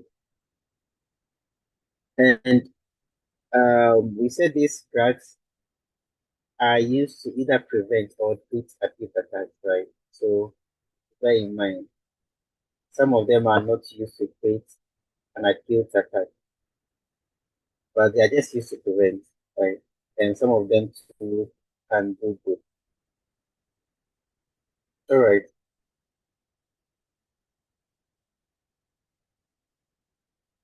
So the first class of drugs were the triptans, right? So any drug you see with the suffix triptan, whether sumatriptan, lomitriptan, naratriptan, or whichever one. So triptan, just link it to headache, okay? And they prevent headache by constricting intracranial blood vessels. That's how they prevent headache. Okay. Yeah. So every drug has a mechanism, the channels, receptor site, and all of that. They are not needed in enclaves. Okay. Let's look at the nursing aspect and focus. And yeah, unless you are doing actual pharmacy, right? If you are doing pharmacy, then that is where uh, the receptor site and all those pathways will be needed. But at least when you know what it does, and at least if you are halfway through how they behave, that is okay. All right. Okay, so they constrict intracranial blood vessels. That's how they cause, or that's how they deliver their effects. Okay, to prevent headache. Now the next one is EGOT alkaloids. with the ergot alkaloids, we are saying they are used to treat migraines that are unresponsive to triptans. So that means ergot alkaloids should not be your first line of treatment if you want to treat headache. These drugs on our left-hand side, these are the drugs that are used to, okay, these drugs are the ones which are used at least as your first line treatment for headache. If they are unresponsive, then you can use ergot alkaloids. Example is the glutamine. So this two, just to let you remember, glutamine, okay, so they all have glutamine ending. Okay, so if you get any question and person is trying to say that patient has taken this matrotan for about weeks but sees no improvement, what is the drug that is likely help, okay, to help with the headache the person is experiencing? Then you can choose any of the drugs that ends with glutamine, okay, or glutamine. So that should be your clue at least. But there's a rule here, okay, because they all act similarly. Okay, they all act similarly by constricting intracranial blood vessels. You should separate triptans from this one, okay, from the gut alkaloids by at least 24 hours. So let's say if you gave sumatriptan today at 4 o'clock p.m., okay, at 4 o'clock p.m., it means the next time you can give, if you want to switch, the next time you can give gut alkaloids is the following day around that same time, okay, 4 o'clock p.m. So you can't say because this one didn't help, so you are switching to um the next one that can help, which is maybe glutamine. So you are starting that same day. No. So you should separate it from it by at least 24 hours. That is what it's trying to say here. Okay. Now let's look at something. Comfort measures during headache. Generally, when you have headache or when someone has headache, there are other things that we can also do to help, okay, in our nursing activities. So some of them are, the first one we have here is for the patient to rest in dark and quiet room.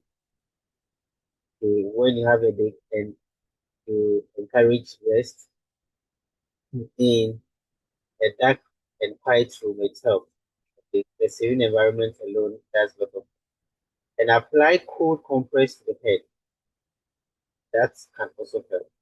Okay, applying cold compress to the head can also help. Then, if you are a smoker, you should avoid smoking. Okay, you should avoid too much eating or drinking during sublingual medication use, especially. You know how sublingual medications work. They are supposed to dissolve under the tongue. Okay, they are just absorbed by tiny um, vessels. Okay, capillaries. Yeah, that's the word I want to use. By tiny blood vessels in your mouth. The mouth is one part of the body that is highly vascularized. You know that. So when you insert any sublingual medication under your tongue, because of the vasculature of the tongue or beneath the tongue, it's able to enter into the blood vessels directly through those mucous membranes. Okay. And if you are someone who is depending on these sublingual medications for headache and you are smoking, okay, or you are eating too much, eating whilst having sublingual medication is like you swallow the medication instead of allowing it to enter into the blood vessels in your mouth. Okay, so that is why these advice are there. Okay, all right. Now, I think that will be all for. Let me see here. Yeah, so that will be all for the triptans and EGOT alkaloids. Okay, that will be all for the triptans and EGOT alkaloids. Let's look at some key points we can take here from the little that we've gone through. We've talked about this one several times on our right hand side here. That when you are treating patients, especially children, with viral diseases, be careful of what of using aspirin because they can get rice syndrome. We spoke about it yesterday. And also note that acetaminophen overdose can cause hepatotoxicity. We talked about that yesterday too. So at least these things you should keep it in mind. And we also established the fact that NSAIDs can cause GI bleed and can also have a serious bad effect on the kidneys, right? All right. Then over here, triptans, whether sumatriptan or whichever triptan, should be a first line therapy to treat migraines. Okay, so in questions, if you see igotamine and you see sumatriptan, they are all used for headaches, but you know what your answer should be. If the question is asking you which medication is effective in treating headache, don't go and choose igotamine. Piles, sumatriptan is there. Okay, because they are used as what first line migraine management. Sir, And please. early medication use improves headache relief. Oh, Okay. hello, sir. And yes. Sir, please, what about NSAIDs? What? NSAIDs. I think the other time we were treating a migraine with Mr. Frank, and he said with the migraine, normally like you will give maybe an NSAID first. If it doesn't work, Is it from my end? It's like the voice is too low. Is it from my end? oh, please can you hear me? Yeah, I can hear you, but the volume was a bit lower. You can talk now. Oh, okay.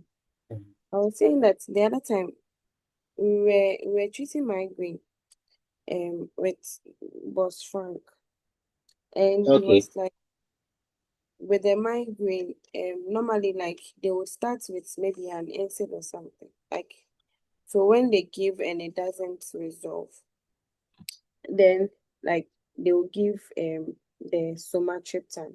So like severe migraine, that's when they give the somatriptan. And if it is mild, they'll start with an NSAID and then an aspirin. So here I'm seeing first line treatment. So I'm kind of confused. Okay. So yesterday, were you in class yesterday? Yes. Yes. So you remember, like generally, first line treatment of migraines, like you are saying, is the NSAIDs, aspirin, and acetaminophen. Generally, okay. But you Mm-hmm. remember yesterday we said even in the hospitals, NSAIDs are not encouraged. Normally, it's acetaminophen that are used. Okay, they are in the same class, but just that I mean, when you're talking about which ones should be used as first line or second line, NSAIDs and acetaminophen, they are all first line medications that can be used to treat headaches. That one is true. But because we know the other side effects or bad effects that come with NSAIDs, yesterday we spoke about it that normally you will not see anyone in the hospital on any NSAID being used for headache or something? How many times have we seen them here? Anyone who can testify? And that was what led us to when we were mentioning the tocolytics, unless maybe they are using to treat something special, but just for pain and headache, instead of choosing NSAID, most physicians would prefer acetaminophen because of the lower risk involved. Okay. So I'm talking about Yes. migraine Yes. itself. Yes. I'm linking it to I'm starting from there to end up. So migraine is a type of pain. Okay. It's headache. Migraine is a form of headache, but it affects one side more than the other. So I just want you to understand the whole situation, what happens. Okay, so acetaminophen and the NSAIDs they are first, but most of the times even I would just want you to avoid more of NSAIDs. That is why I'm starting from there. Okay, but generally they are part of the first line treatment. But acetaminophen is normally chosen. Okay, and when it comes to when they mention, let me switch to the first slide here.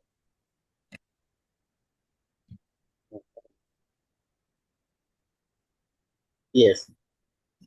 So when it comes to medications, that focuses mainly on preventing like headaches. Okay, generally. Okay, mainly on preventing headaches. I think migraine. What's the difference between migraine and general headaches?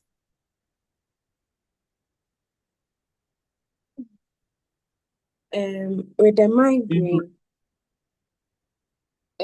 they tend to have like it's accompanied with nausea, vomiting. Sometimes they are sensitive to light, and the pain to normally is unilateral and very severe. Okay, good. Good. So when you talk about headache, headache is the major umbrella, right? And Yes. migraine is a type of headache. Fine.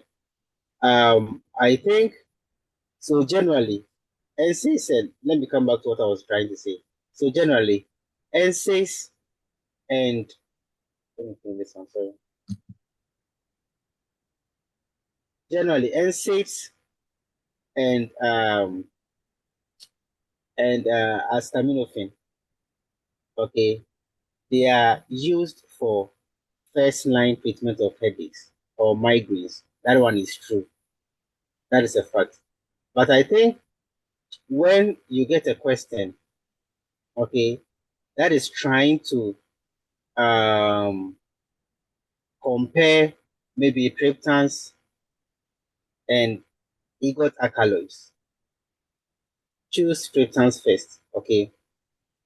Okay. But also, when you get questions that are trying to focus mainly on headaches, okay, and you see normal analgesic, let's say NSAIDs and analgesic, like let's say acetaminophen, I will advise that if they are triptans, choose triptans. Yeah, come again. Okay, so first line treatment you saw on the other slide is trying to compare, if you have EGOT alkaloids, because they all act, you know, these ones, they are also used to prevent headaches, okay, or treat headaches, but they have different ways by which we go through them. They have different ways by which they cause that. Okay. These ones too, they have different ways and they are very similar, okay. These two medications control or prevent headache by constricting blood vessels, right? Between these two, should you get maybe glutamine or sumatriptan, choose maybe any triptan, whether sumatriptan or whichever triptan. Choose it as your first line, okay? Or even if the question did not specify first line, and question says which of the medication is best used for treating headaches. Okay, please choose the triptan. Okay, even if you have any ergotamine, choose triptan. Unless the question specifies that maybe the person has been on a triptan for a very long time and hasn't improved. If that is so, then your ergotamine becomes your next choice or your best choice, and you will not choose any triptan for that matter. Okay. And I'm saying, with regards to the question that our sister asked, between NSAIDs and triptans, okay, if they are mentioning headaches, okay, if they are mentioning headaches, and you get any NSAID in the answer and a triptan, the triptan is likely to be the correct answer, even though they are all used to treat um, headaches. But it looks like when it comes to medications for headaches, the NCLEX is more targeted on the triptans more for headache. Sorry, brother Imam, what's triptans? You didn't join yesterday's class. We thought about triptans yesterday. All right, okay. Sorry to take you back. Okay. Examples are smart triptans. Yeah, so they are used to prevent headaches. Okay. Okay. They are used to prevent headaches. Our sister, who has a question? Are you there? I'm here, sir. Are you still having questions, so you're not convinced? So you're saying that when we see NSAID and then Soma, we should choose the Soma triptan. The triptans. Yeah, the triptans. Yes. Yes. When it comes to headaches, NSAIDs and Right. Don't you triptans. think it should be based on maybe the type 2, like It should be based on what? the type The of type. the head. Yeah, so one thing, one is it it's very tricky. It will depend on the type of how the question is framed. Okay, Oh, I don't want to say something that is very general and runs throughout everything because questions can be very dicey. Okay, that's why I'm very careful when I'm selecting my words. When you see when they are giving you, I wish I can get questions on that. If I had if I had this question earlier, like maybe I would have searched for questions on that and bring it today. But maybe we shall meet some as we move on. But when it comes to okay, saying that let me leave it because at that. with cluster headaches, and With no, not what? even tension headache, Mm-hmm. one that feels like there's a band around your head. Mm-hmm. So that one, with the treatment, they give NSAID. It's NSAID and stress management. So that's why I would. Okay, so okay, let me establish this one. I think this is very clear. Let us leave it this way. Please listen to what I'm about to say. I'm wrapping up this one, and if you have any question, I think we can pick it up from here. Generally, okay, generally, acetaminophen and NSAIDs are first line of treatment for headaches. Okay, Okay. if they fail, okay, if they fail, or according to the question, maybe they can't treat. Please, the headaches I'm talking about, migraine is part. Okay, so whether this headaches I'm talking about, please, whether it's tension headache, migraine, any type under this heading, if only it's a type of headache, it applies to what I'm saying. NSAIDs it's still true that NSAIDs and acetaminophen, they are the first line treatment. If they fail, then your triptans becomes your first line. Is that okay?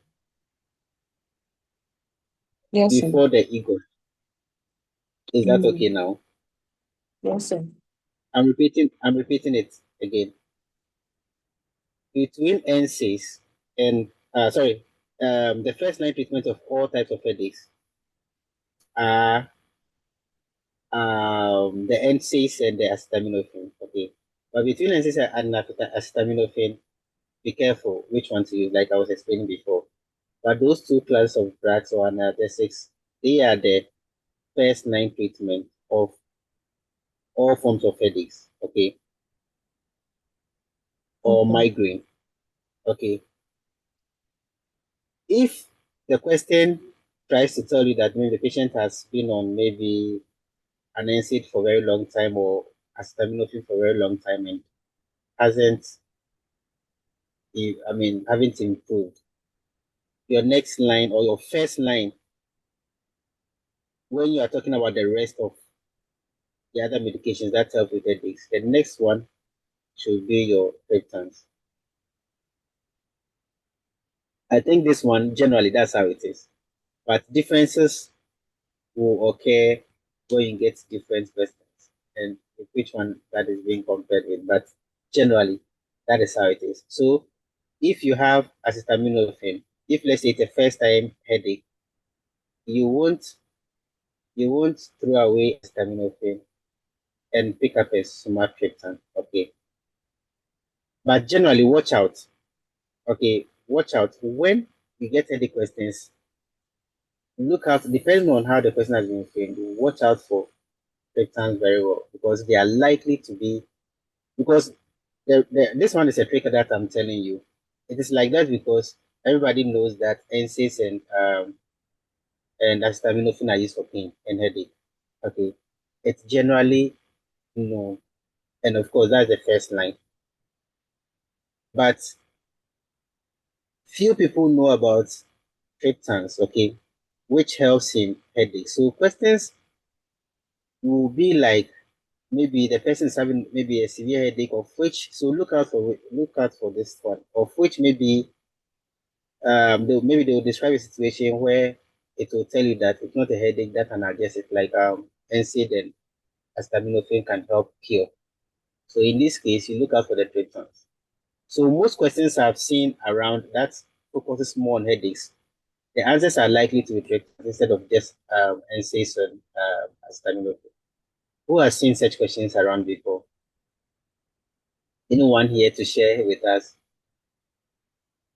where you get typical English question focusing more on headaches? Anyone here before? No one has seen such questions.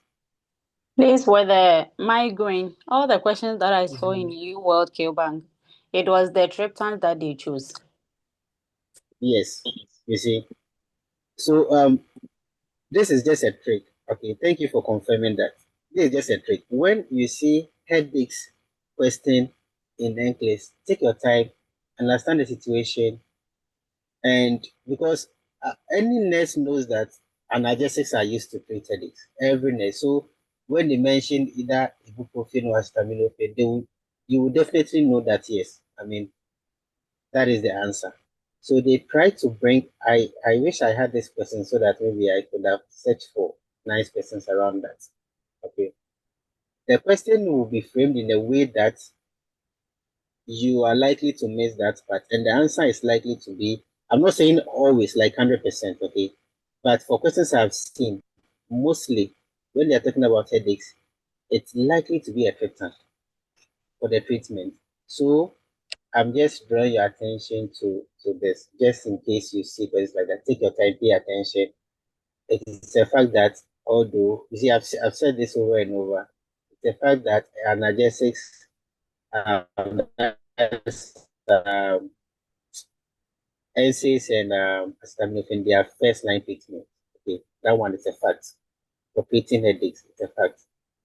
But when you get them in NCLEX question, and you see acetaminophen and NSAIDs, any type that is mentioned, whether naproxen, ibuprofen, or whichever, and you see a triptan, take your time and understand the question and see what is happening before you choose that NSAID or an acetaminophen to be your answer, because most of the times headache questions are likely to be triptans, depending on how they ask the question.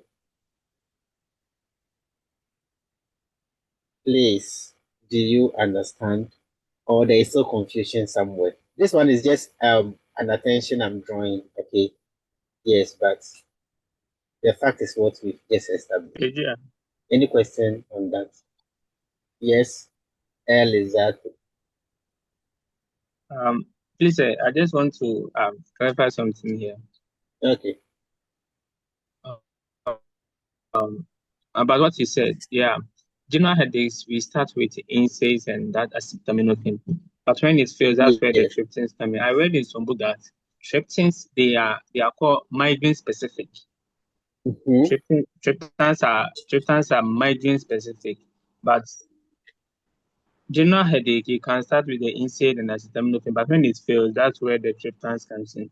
But for the triptans, if you see migraine anywhere, the triptans is like they are migraine specific. You can use that one for the. Yes. Yes. So that was why that yes, thank you for that addition. So that's why I was trying to stress on that. Because the NCLEX, normally any question they ask about NSAIDs, sorry, about headaches or migraines, the answers are likely to be different. So open your eyes, okay? Open your eyes well. Yeah. Thank you for adding that. So I think we can carry on if there is no other Okay. question. Or someone has a question. I saw a hand up before. Yeah. Yes, In sister. addition with what my brother said, I was trying to find out the question, but I couldn't. But I wrote the rationale Okay. that they said the triptan should be the first sign of migraine. And they gave Okay. an example like aura to prevent progression of symptoms like Okay. nausea, photophobia, and relieve pain. And they also Okay. said that triptan should not be taken daily because overuse of this medication or frequent use more than or equal to 10 days or months can lead to rebound headaches. Yes. Uh-huh. Yes. And it Yes. can Thank you. also risk issues like heart problems or serotonin syndrome. Syndrome. Okay. So it's the first line of migraines, as my brother said. Thank you. Okay. Thank you. So I know some people are reading like they are reading far, okay, and let's say you are reading deeply, like you are searching archives, okay. When you search archives, like you read books, and you see that generally between triptans and when it comes to just migraine, yes, sister, what you said is true, okay.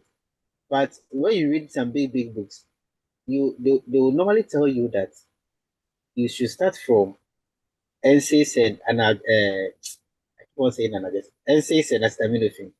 So I don't want to debunk what our sister who asked the previous question said. It is true and it's a fact. But when it comes to NCLEX, like how the questions are asked, when it comes to migraine and you see these ones, I mean NSAIDs and you see That's why. triptans, they are likely to be triptans. So just to confirm what our brother and our sister just also said. Okay. So when you see headaches, be careful. Triptans are likely to be your answer instead of just NSAIDs. Okay. So Okay. I've touched on both parts. Okay, so that when you read it somewhere else, you will not say that we debunked the fact that analgesic NSAIDs and acetaminophen are used as first line. We have not debunked that fact because they are in books and it is true. Okay. But for the sake of NCLEX and how tricky their questions are, that is where we are establishing the fact that when you see headaches, triptans are likely to be your first line choice. So watch out. Okay, so we haven't debunked any, they are all there. the fact Yeah, when you it's check your true. answers, they are all there. All right. Thank you. Let's carry on. Unless someone has any other question. Yeah, No, so whatever you said is true, so. okay. So we were looking at this key. We're wrapping up, okay, with these key English points. We talked about this one. So this was what brought the question, right? So first line migraine therapy. Remember, the EGOTs are used when the triptans fails to work, but the first line should be the triptan, okay? And the earlier you start, the earlier you start the medication, then you get improvement or relief earlier, okay? All right.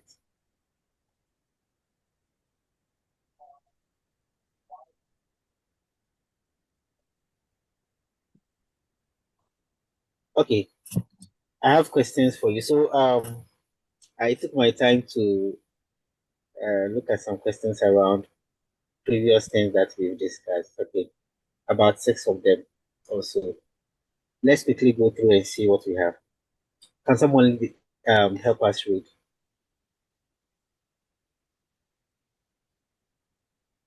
Anyone here?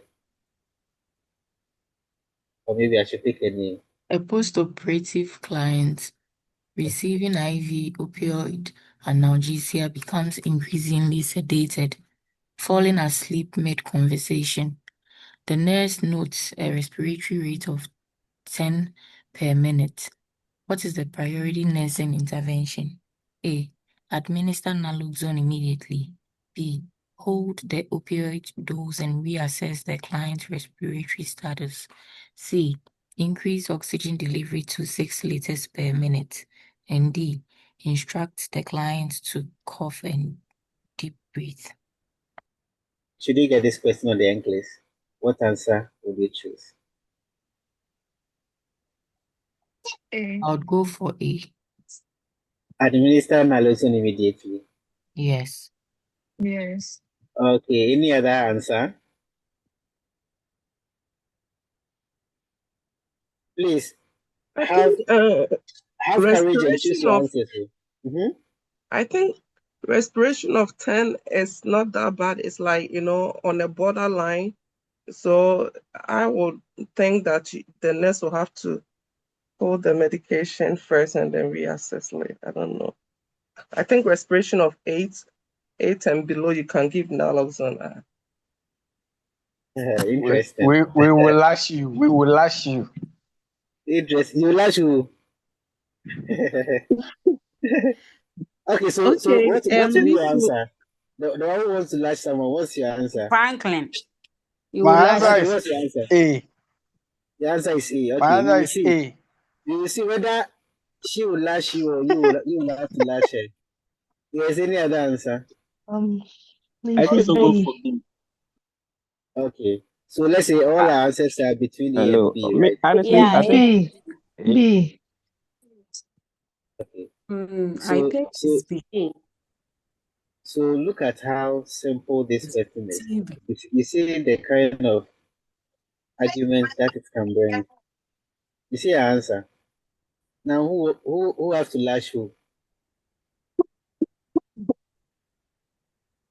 I'll lash him. Franklin, You are will you lash him, yes. quiet?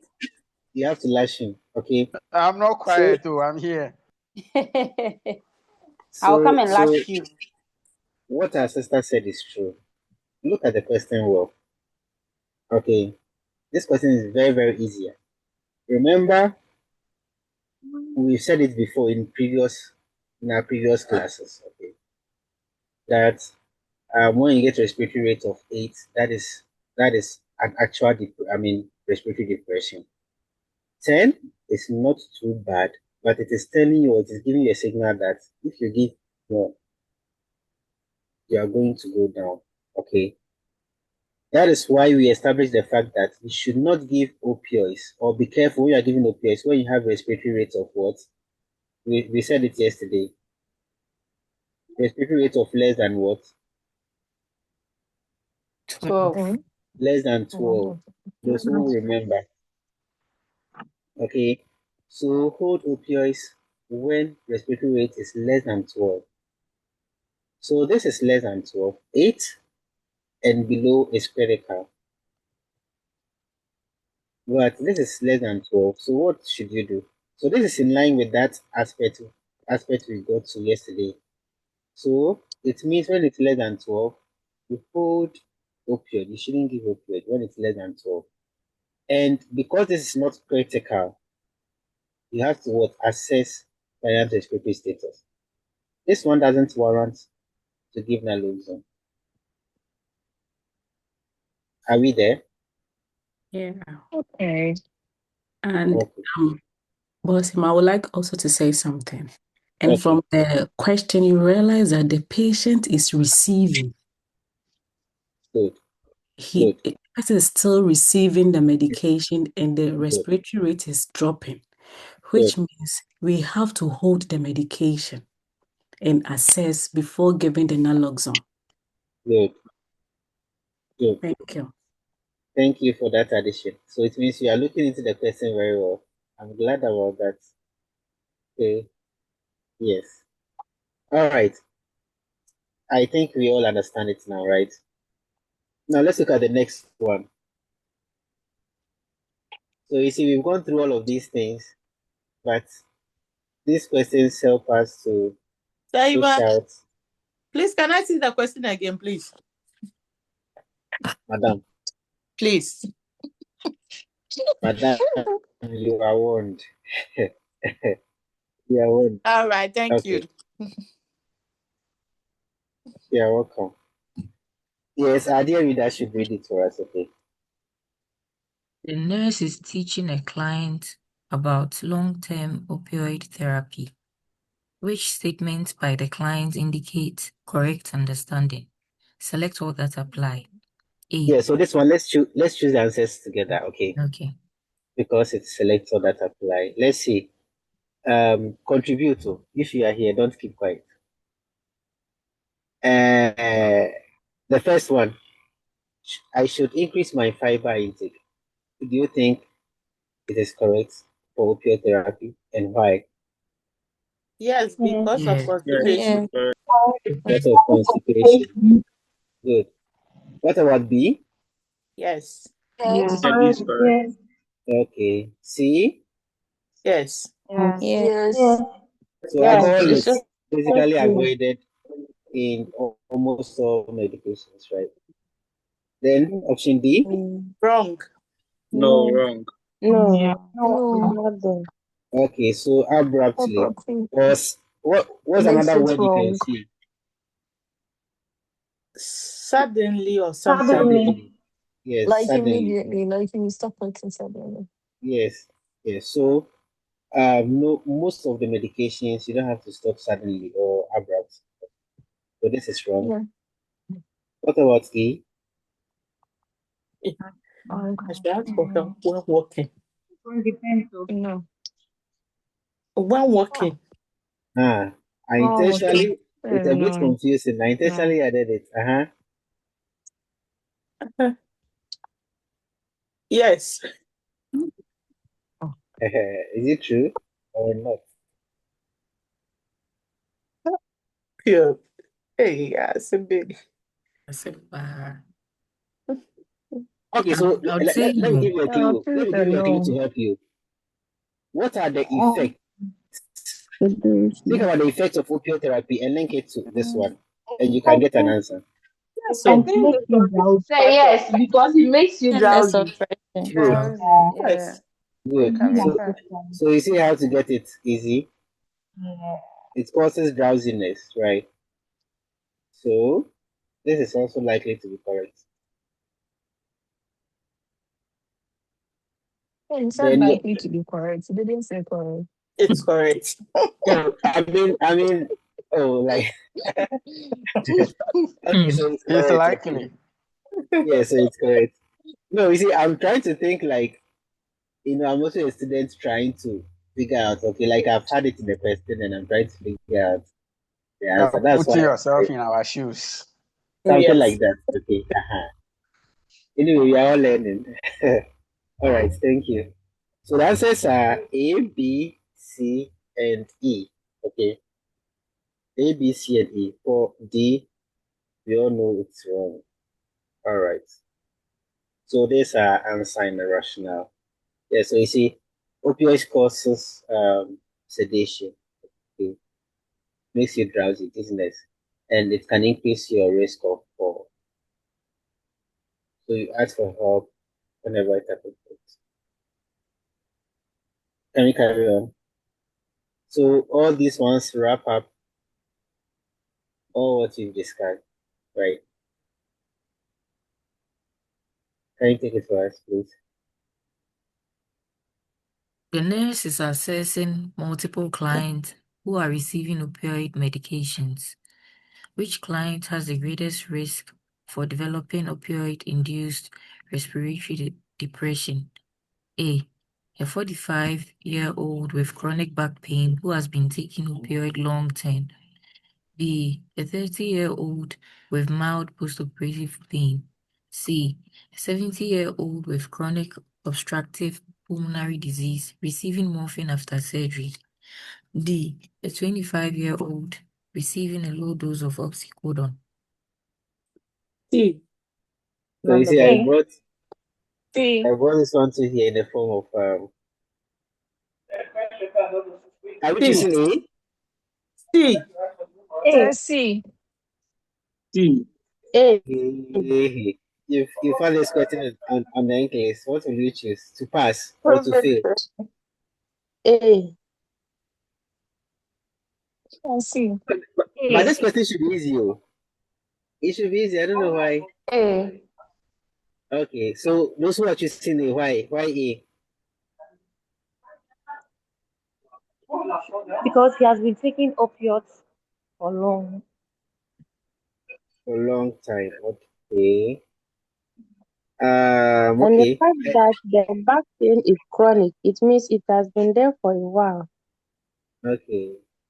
Okay. All right. And who else chose a different answer?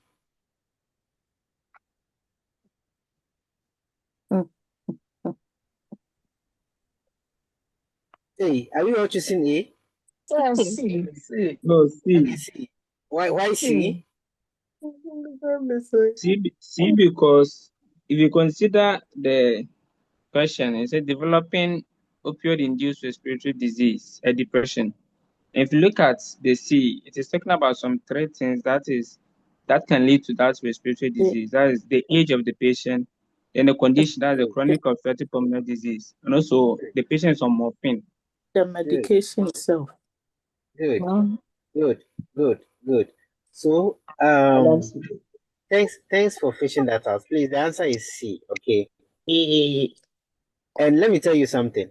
When you get risk factor questions, hmm, when you get risk factor questions, one trick about it is so much meter, please. When you get risk factor questions, one easy way to get the answer correct is try and count the risk factors in each of them. Okay, especially I've seen these questions in suicidal questions, those with suicidal ideations. They happen a lot. Like they will give you a list of options, right? They are all, I mean, you find rates of suicidal attempts in all of them. But the one who is likely to cause suicide is the one who has like a lot of the risk factors in it. So that's the trick. So look at this one. The age itself.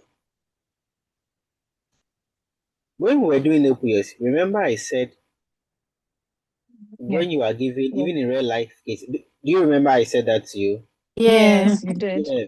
When even on the ward, when you are giving older adults, even 2 milligrams of any opiate, be very careful. We've given some to someone who slept more than 24 hours. Okay. Yes. Just 2 milligrams. Sometimes even 1 milligram. Everybody is different though, unless someone who has dependence, okay, on the medication. But generally, age is a risk factor for opioid induced respiratory depression. Then this one too is part chronic the lung disease, okay. It's also part respiratory disease is part. Then the drug itself, like our sister said. So you have the option C, having multiple risk factors compared to the rest of them. Okay. Someone who has a chronic back pain and has been taking long-term opioids, these people are even likely to have dependence. Do you agree with me? Yes. These people, they are likely to have dependence. Some you can get a normal 45 patient who can take maybe 3 milligrams or maybe 2 milligrams. The person will be a bit down. This person can take maybe 5 milligrams or even And 10, still and it will complain not do of the him pain. Even 20 or yes. 30 doesn't even Still consider. complain But of the pain. Yeah. you can't go beyond 10, like I mean at once. Even with 10, you're very careful. And that's the maximum, okay? Sometimes. Yeah. Oh yeah, it's true. We've seen people So 10, it will not do them you said anything. It's you true. can't go beyond 10. Like at once, you should be careful. Like for I had a for one patient day. who was on a higher dose than that. Yeah, very true. Per dose. Continuous perfusion or per dose. Per Or dose, as she divided Per said. doses. dose. Per Per Wow. dose. dose there, per dose there, it's very Mhm. you should be careful. Oh. So most physicians will not even do. Some are even very careful even in doing 5. But per dose, what I remember is 10. Hmm. Per dose Mm. Sorry, going Sadia. beyond 10.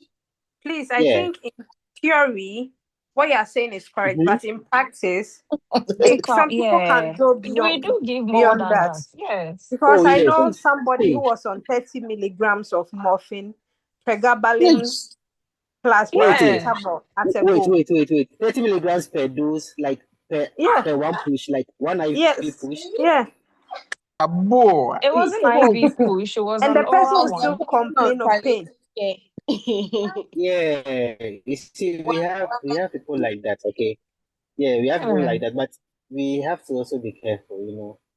Like Sister. what you are saying is true. It's true. People will be on, you know, most of us have nursed people on oxycodone, on breakthrough hydromorphine, okay, like different types. Sometimes these medications, like sometimes they are even put on Ativan, carbamazepine, and like even some antipsychotics that help with pain and sedation.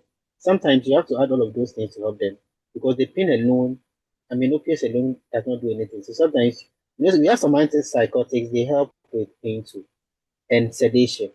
Mhm. So sometimes, Mhm. depending on the person, and physicians will want to combine lots of things. But if you are the nurse administrator, please be careful because yeah, some people are very very addictive, and they've developed tolerance to. You can give someone 20 or 30 at once; it will not do him anything. Even what you see, sometimes sedation. Do you have any anesthetist here? Any nurse anesthetist here? Sometimes your normal medications for even intubation or sedation, you will give your normal one. You see the person, I mean, standing as if nothing is happening. Okay, unless maybe you step up higher.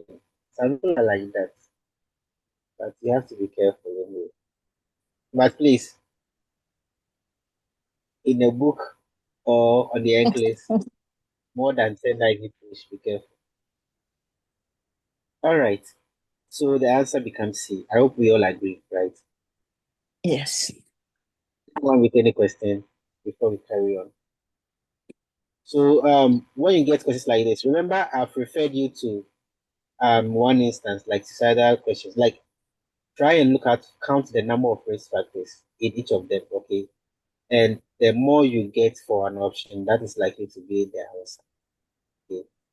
If you have even an option that speak of only two things that you think it's more serious than an option that has three things, please, it's still not the correct answer. Even if someone has three things and you think they are not even serious things, it's likely to be the answer than the two things that you think is the answer. So that's how this one works. Okay. All right. So our next question here. This is very easy. Can you take it for us? Client is taking aspirin for pain management. Which assessment finding would alert the nurse to early signs of salicylate toxicity? B. Are we choosing A? B. Salicylate. When you hear of salicylate, what comes into your mind? What drug? Aspirin. Aspirin. Aspirin. Okay, salicylate, aspirin. For those of you who are in class, you remember. Yes. All right. So what is the side effects over here of aspirin? Tinnitus. The B. tinnitus. Ringing in the Tinnitus ear. and tinnitus, ringing in the ears. Please, this one, for all aspirin side effects I've seen, if it's not bleeding, if you don't see bleeding, you see tinnitus. So even if you get it in select all that apply questions, you see tinnitus, bleeding, no, please. Tinnitus, don't forget. For bleeding, it is easy for you to spot because you know aspirin causes bleeding, right? But don't forget tinnitus. See over here, there is no bleeding. So tinnitus becomes your answer. Any question on this one? Okay.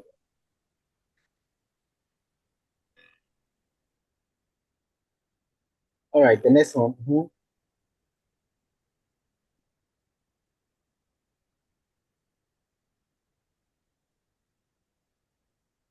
Can you read for us? Is Arida here? Or Arida is Yeah, I'm tired? here. Someone should pick it up for us. Okay.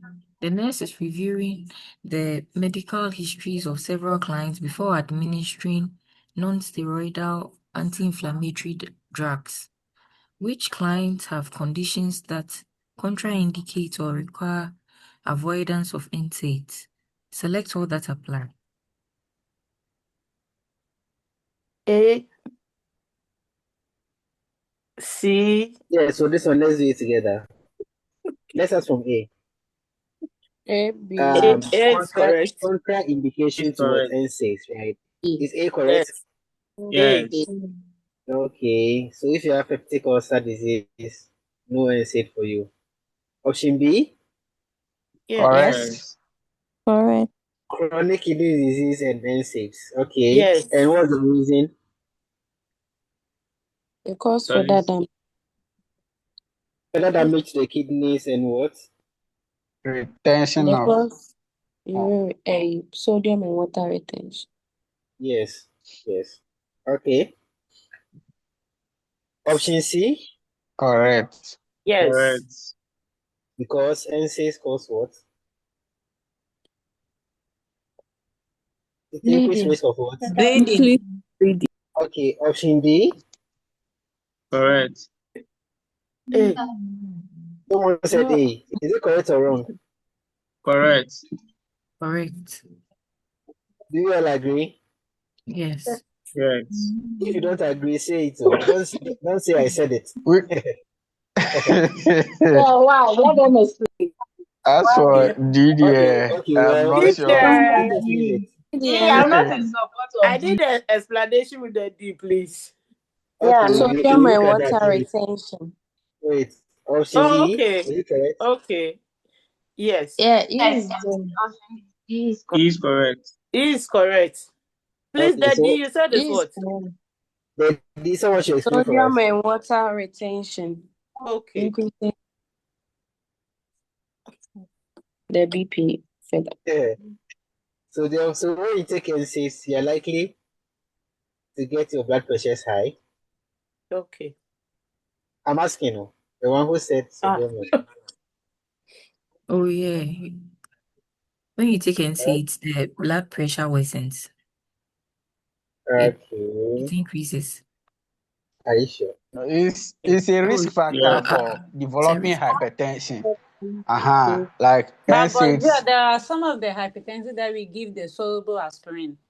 So Exactly. explain for me. I don't understand, please. May I do understand the D, please? It's to prevent the risk of a clot and stroke. Oh, But it's a hypertension caution, is not a straight contraindicate. Okay. So have you seen it? Has everybody been answered? Yes. Yeah. Yes. Okay. So some answers can be very tricky, right? Yeah. Can we carry on? Yeah. Yes. Yeah. yeah. Okay, next question. Client is admitted to the emergency department after a suspected overdose of acetaminophen, Sorry, but which yeah, Yes. please. The previous question is hypertensive part. Hey, No. where were No. you? No, please. Madam, Not where were you? madam. See. Madam, can you see your screen? Yes, please. Where were Thank you? you. You went to eat banku, eh? Okay, please He's carry on, cleaning okay? the meat. Mhm. a client is admitted to the emergency department after a suspected overdose of acetaminophen. Which medication should a nurse anticipate administering as the antidote to prevent liver damage?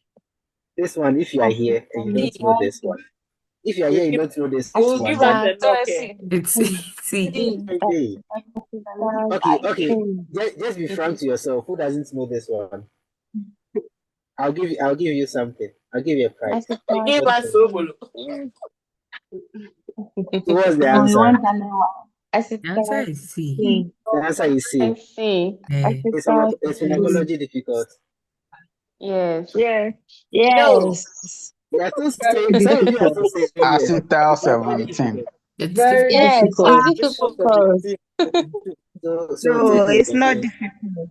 It's not too Choose. difficult. It's plenty, okay? It's plenty, but not Eh. too And difficult. the It's names very of the difficult. drugs are so difficult to pronounce. Yeah, but yes, with repetition, you get most of them in mind, okay?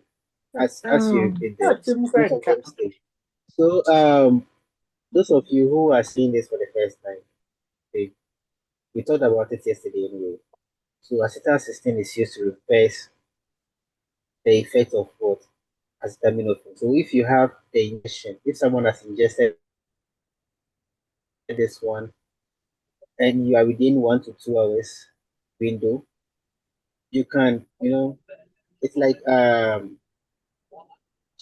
you can sometimes it depends. If absorption is still ongoing, for this one it has an antidote, so you can give this antidote to counteract, right?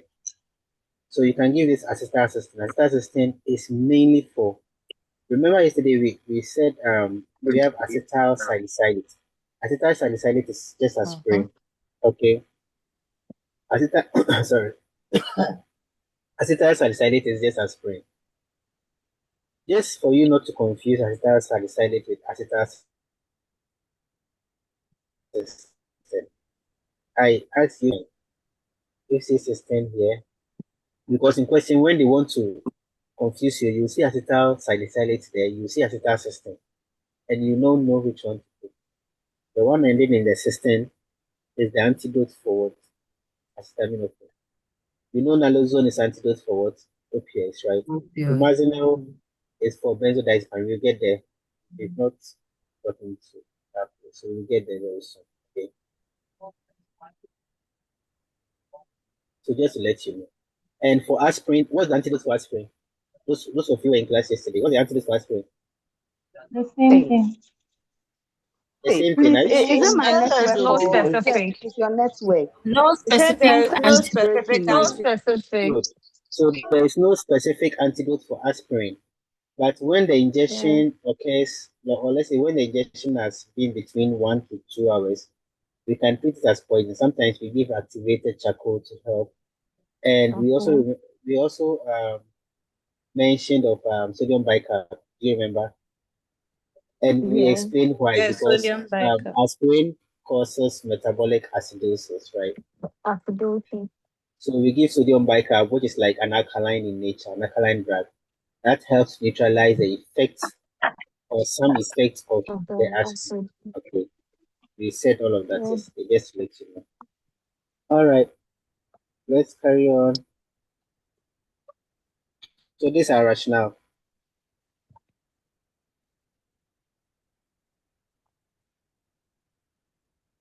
So there's one thing for you to learn in April. Yeah, maybe we get there when we get to cardiac medication. But have you seen this one? Atropine is also used for some kind of poisoning, organophosphate poisoning, right? Yeah. Okay, can we carry on? I think we have one or two more questions, then we can look at some other thing. Yes, we can. Let's carry on. A client who experiences migraine headaches has been prescribed sumatriptan. The nurse explains that this medication helps relieve migraine pain primarily by which mechanism of action? A. Blocking dopamine receptors. B. Dilating cerebral blood vessels. C. Constricting intracranial blood vessels. And D. Blocking histamine receptors. C. C. C. Which one? C. Okay. We mentioned it. We mentioned it not long ago. You've C. forgotten. Constricting intracranial blood vessel. We mentioned this not long ago. You've forgotten. And I even said that both EGOT and egotamine and triptans, they all work with the same drug. Oh, who is that? Hello. Hey, seriously. When you come on, please mute up, okay? All right. So we said that both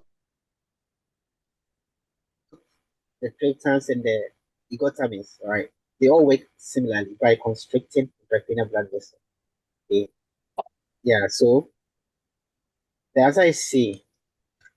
Okay. All right. Any question on this one?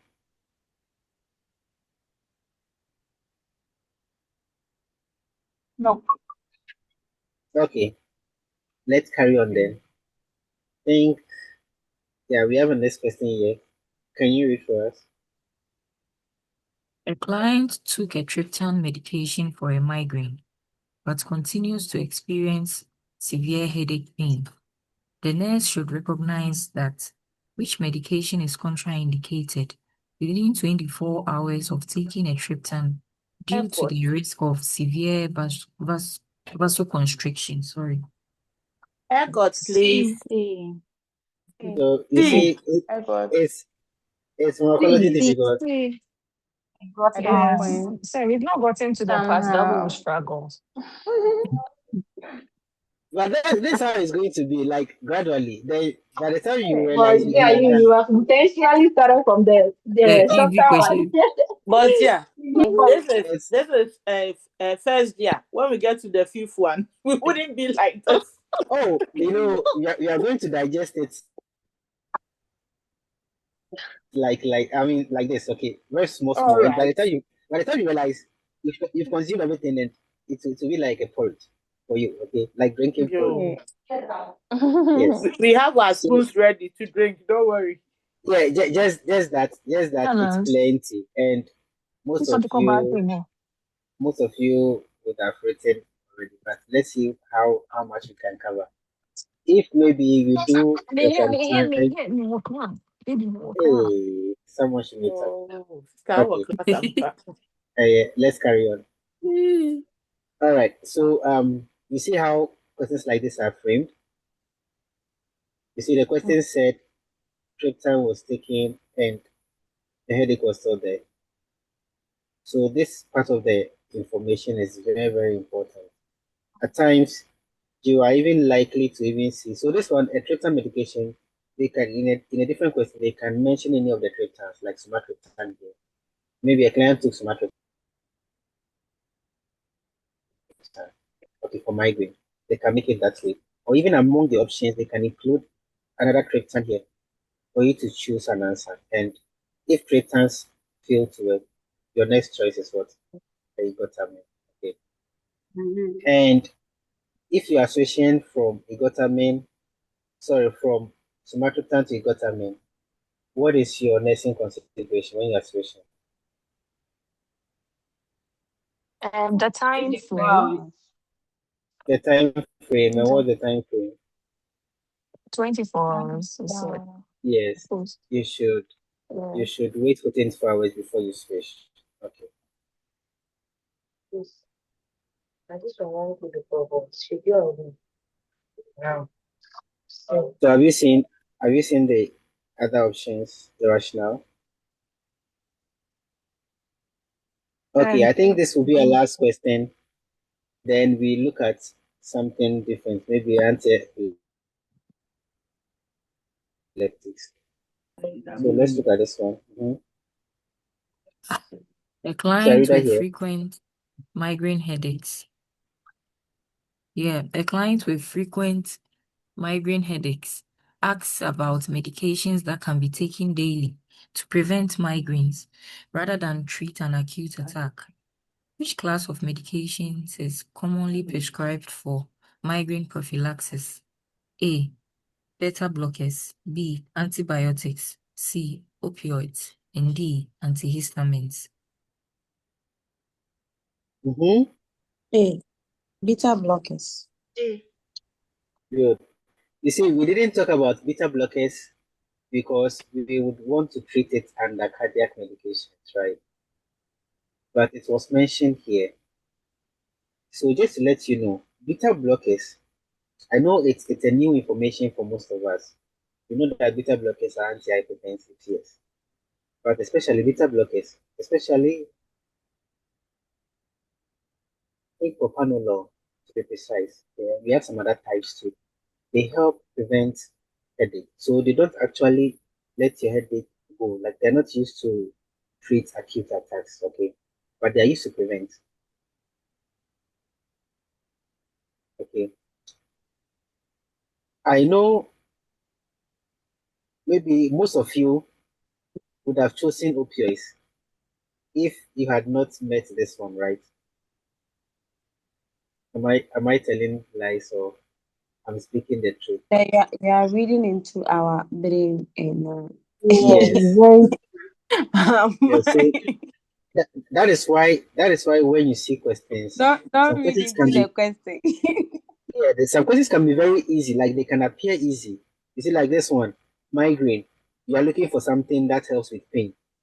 And between all the options here, you are likely to go for opioids straight away because migraine is a pain and opioids is used to treat pain, right? So questions that look a bit easier, take your time.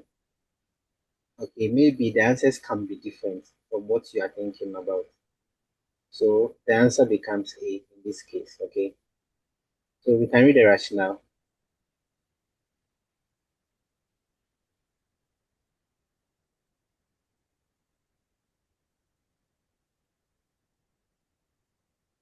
Okay,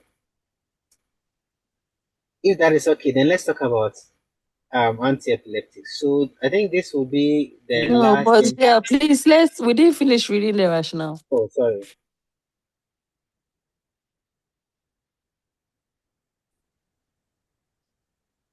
Okay, thank you very much. You are welcome.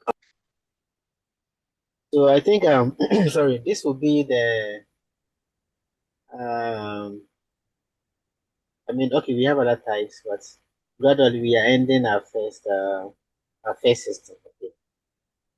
And this one is going to be a bit longer because I mean not actually this one, but we combined musculoskeletal, we combined neurological, so it's going to be a bit lengthy because we combined about three systems. All right. So now onto anti-epileptic medications. Okay. So like I said, I try to make it a bit simple, okay, in points, so that we can look at what they do. Um, what do we use when you hear of when you hear of epilepsy, as soon as you hear of this word, seizures come into your mind, right? So anti-epileptic medications, they are anti-seizure medications. Okay. So they prevent and control seizures. So they act by reducing the spread of seizure activity in the brain. Okay. They are used for these classes of seizures. Tonic, sorry, sorry. They are used for tonic-clonic seizures, absence seizures, complex partial seizures, and status epilepticus. Take your time and look out for how this one behave. Okay. Yes. We have some seizures they can be only tonic. We have some seizures that can be only chronic too. Note them. And we have tonic-clonic. We have absence seizures. We have complex partial seizures and status epilepticus. So they have distinct characteristics. Okay. So try and look out for them at your leisure time. Now, these are the main classes of antiepileptics we have. Okay. And the names are a bit bigger, but this is one trick I would encourage. Look at this one, hydantoins. What drug should come into your mind? Should you see this one? The toins. Phenytoin. Phenytoin. Okay, and good. And most of the times with NCLEX, the NCLEX will for anti-seizure medications like this, phenytoin is likely to be given other than other scarce form of hydantoins. Okay, so don't even stress yourself on this one. You can just in your mind you can just replace it with phenytoin to make it easier because that is the most commonest drug we have. Then with barbiturate, we all know phenobarbital, they all come from this word. Phenobarbital and just barbital. So they are all barbiturate, okay. We have these ones too, you see them. They are not spoken about much, but we look at them very briefly. Benzodiazepines, that one. Even when you hear the word diazepine, what comes into your mind? You know, right? Diazepam and lorazepam, they all come into your mind. Dicarbazepine. Okay, I know we have. When you get there, someone say carbazepine. Yes, when you get there, you will see. And we have miscellaneous too. So we have some I other think that drugs. one is a precursor of the carbamazepine. Okay. You look at them very soon. Okay. And in all cases, I think I gave an example. So we can use to relate. You don't have to keep all these things in mind. Just try and keep the examples rather. Okay, and forget about these big words. So know the examples and what they do. So let's talk about the first one. The first one here is the hydantoins. So talk about it. The first here is phenytoin, right? Should you meet another form of it, you see this one, there's still phenytoin in it, or phenytoin in it. So if you don't see phenytoin and you see this post-phenytoin, it's the same thing we are talking about. So it is used to treat tonic-clonic seizures. Okay. So it can help prevent and abort seizures, right? It helps in the long-term prevention of it. Status epilepticus is also one type of seizure that we use the phenytoin and psychomotor seizures. Okay. We have some important notes when taking this phenytoin. This one, the first phenytoin, we are saying it's it's given IV only, by IV only in emergency. No, phenytoin, we have, I think I've seen syrup form of phenytoin before. Okay. I don't know whether we have the tablets or the pills, but I've seen the apart from the IVs, I've seen the syrup form before. Yeah. So we are saying do not give phenytoin with tube feedings. Okay. Do not give phenytoin with tube feedings. Why do you think it's so? Who can explain? It may prevent the absorption. Are you sure? And the therapeutic level can be, I don't know. I've forgotten but you have to separate it, What did give you it say? before some few hours before you give. Yeah, so it's Sorry, what all. did you say? Mhm. Yes, What's your question? I was asking. Look at the lower left side here, where I'm shaking the mouse. We are saying the second bulletin here. We are saying, do not give phenytoin with two feedings, and I'm asking why. Oh, okay. It reduces its absorption. Yes, it's all comes down to the absorption. So Okay. they give like 1 hour before or 2 hours after feeding. It Yeah, binds to protein. and with the yes, yes. So For that is the also tube feeding, there for the tube feeding, yeah. for the two feed. Yes. So Yes. so especially when you are on continuous feeding, not bolus feeding. I think most of settings in Africa, we do the bolus feeding. Do you understand the bolus feeding? Yes. No. That's the bolus feeding is someone with NG tube, and maybe the doctor will order maybe 250 mils of feed every 4 hours.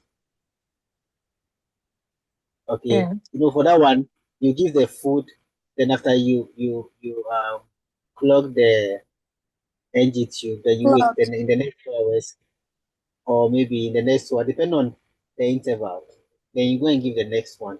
So that is bolus feeding. Over here, well, I have not seen bolus feeding here before. Everything is continuous feeding. And do you know that especially Really? when it comes to people who are not even critical care settings, like generally they like to do the continuous feeding over here more. And you know the advantages, right? It helps with the absorption. It helps to I mean, comparing bolus feeding to continuous feeding, the continuous feeding helps in absorption a lot. So it's like every hour you have something small going. So the body takes time to absorb it, Unlike the bolusing where you push in everything, then you wait. So the body has lots of things to digest at a point in time. Okay. So that is the difference. And so if let's say you are doing the continuous feeding, what we are saying is that, especially what our sister said, is that you have to hold feed for at least 1 to 2 hours before you give, and after that you have to wait for 1 to 2 hours. So it's like if you're doing 1 hour, like 1 hour before and 1 hour after giving, okay, before you can continue your tube feed, which is something. And if you are doing 2 hours before, like you stop it 2 hours before you give, then after you give, you wait for 2 hours before you resume your feeding.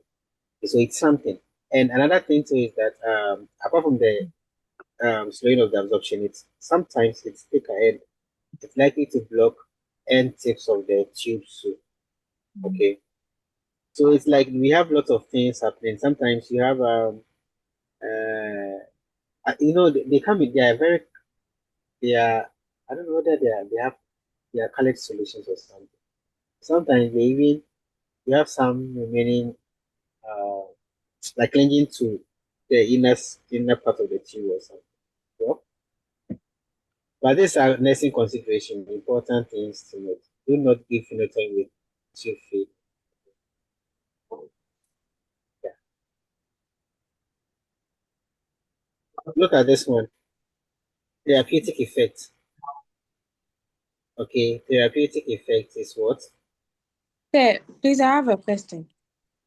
Yes. The phosphonatoin, is it short acting?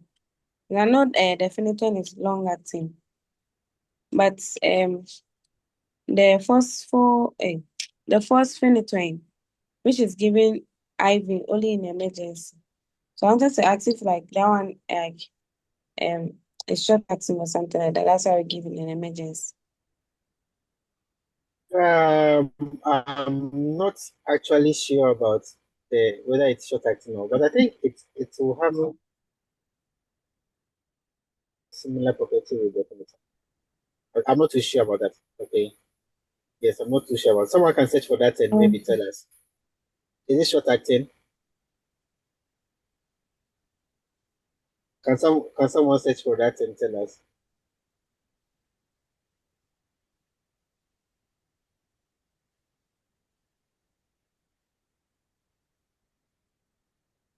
If it's well, yes, anyone? Hey, no one can search. Yes, it's a short term. It's a short acting, right? Yes, Yeah. it's Okay, short okay, acting. okay, okay. Yeah. All right. So I Okay, think that is it. Yeah. yeah. Because I know phenytoin is like a prophylaxis. Yeah. So I also did research about phenytoin. Okay, for this one, I don't know much about it. I mean, into detail. But for phenytoin, I did some research on phenytoin. You know, phenytoin has this long-term prevention of seizures. But do you know that during my research, I found out that it's also used to abort. Okay, so it's like if you have active seizures, you can have phenytoin helping to abort the active seizures and also giving you a long-term prevention. And I was shocked about the abortion part, but I was like, well, Because there that's was what a they question said it that is. there was a question that the client was having seizures. So they brought Mm-hmm. these drugs, the diazepam and the phenytoin. So the answer was And the that answer is the phenytoin, they said it's like a prophylaxis, it's for long term, yes, not for yes. like So good, where the good, client is in the good. seizure. So generally benzodiazepine, that's what I also knew. So generally benzodiazepines, okay, like lorazepam, even with diazepam is a long acting, okay, and what I mean by long acting in with diazepam is that it stays in the body for long and it sedates you for a very long time.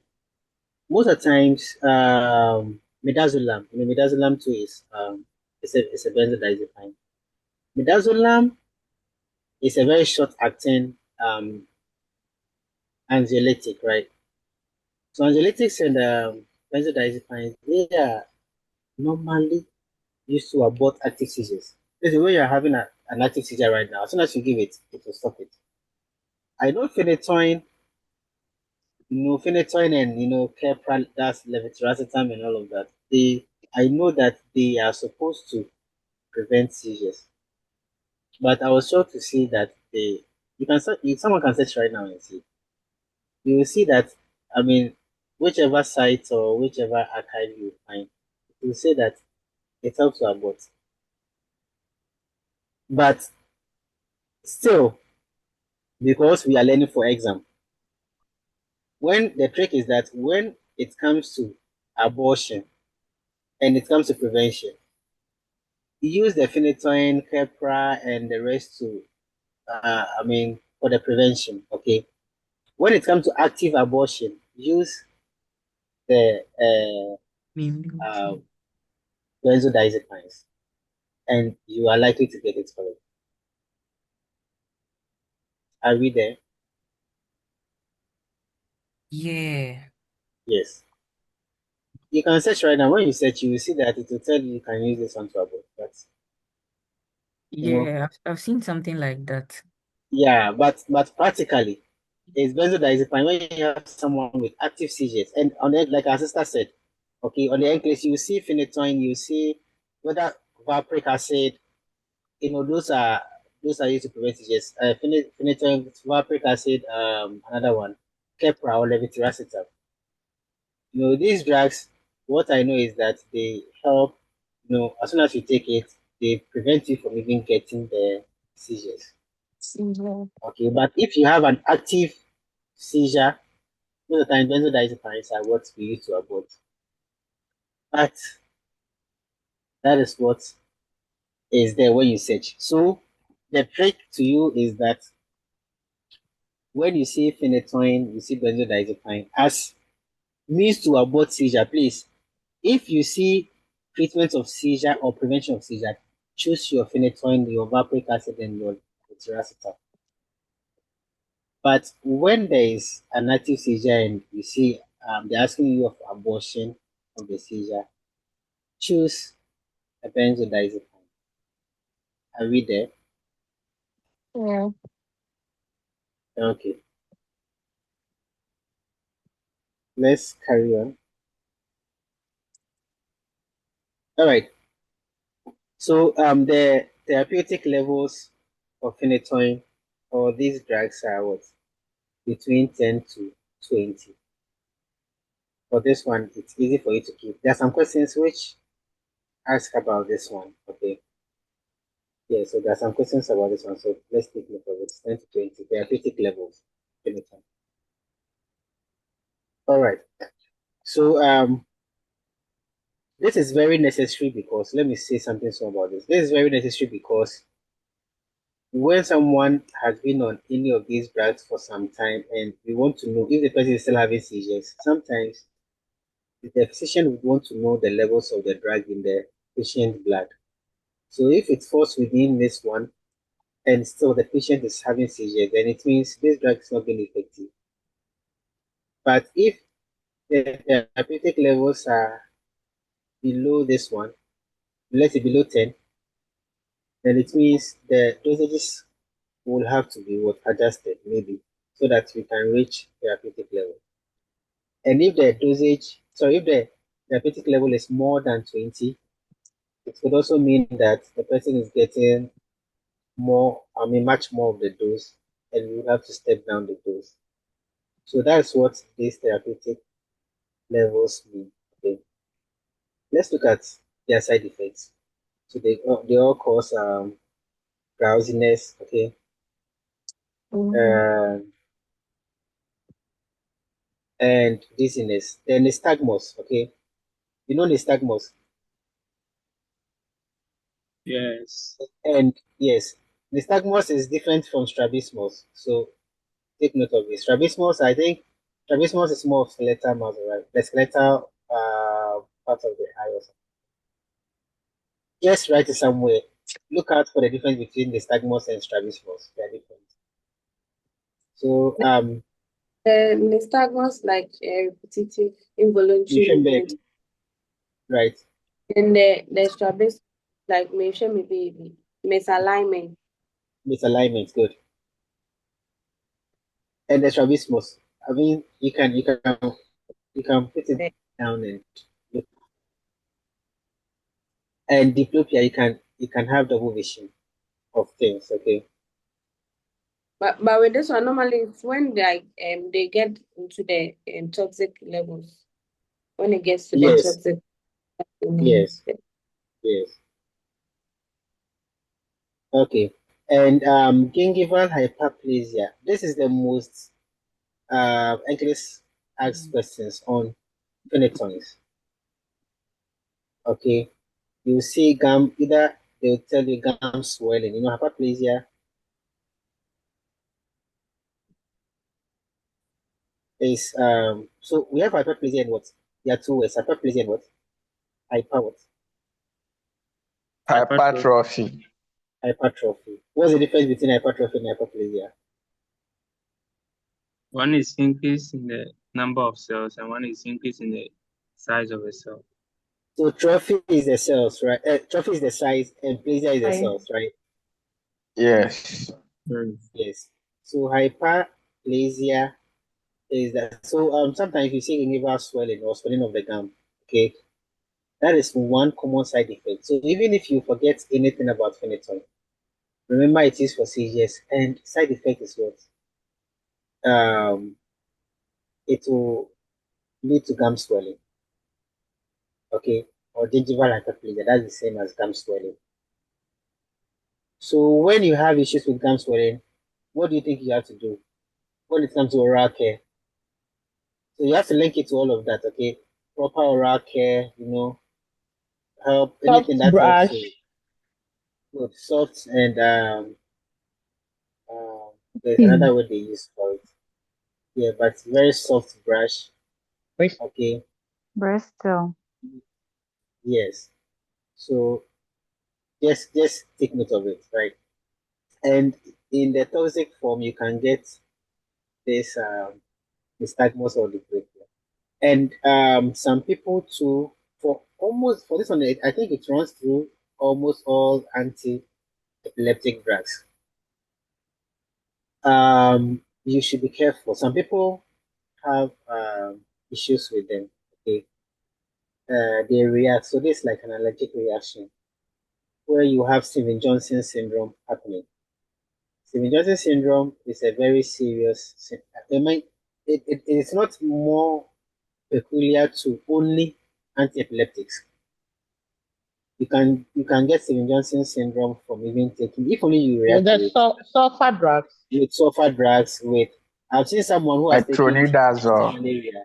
Yes, I've seen someone who has taken anti-malaria, the 441, who has had Steven Johnson syndrome from it before. Okay. Eh, Yes, so is it that's a what, sulfur? yeah, and it's likely, you see, most of those drugs are like yellowish drugs, and most of the yellowish drugs, they are sulfur drugs, right? Most of the, well, some are just colors, but that is Sulfur what salad. I've realized. But most sulfur containing drugs, people are likely to react. Okay, not everyone. So I mean, Steven Johnson syndrome, people can get it from sometimes unreasonable places, but and this rash, sometimes in severe form, you can have a skin peeling even after the rash. You have under the skin, it's like under the skin will. The worst case I saw, it was very serious. As soon as you hold the person and you don't hold the person well, you have the person skin peeling off, and the skin will remain in your hand. That part where you touched, and you see that. The downside. I mean, it's very. No, It's I don't want to terrible. see. It's It's very very terrible. terrible, but I don't want anyone to see this condition happening to anyone. Okay, It's some very people too have very mild or small effects of it, and after they recover. But the serious form of Steven Johnson, you don't want to see. Their skin will peel off and they will be bad. white all throughout. Okay, so phenytoin can cause bone marrow suppression. So when you have bone marrow suppression, what comes into mind? What are the three red blood? Sorry, mentions. Yeah. What are the three blood cells?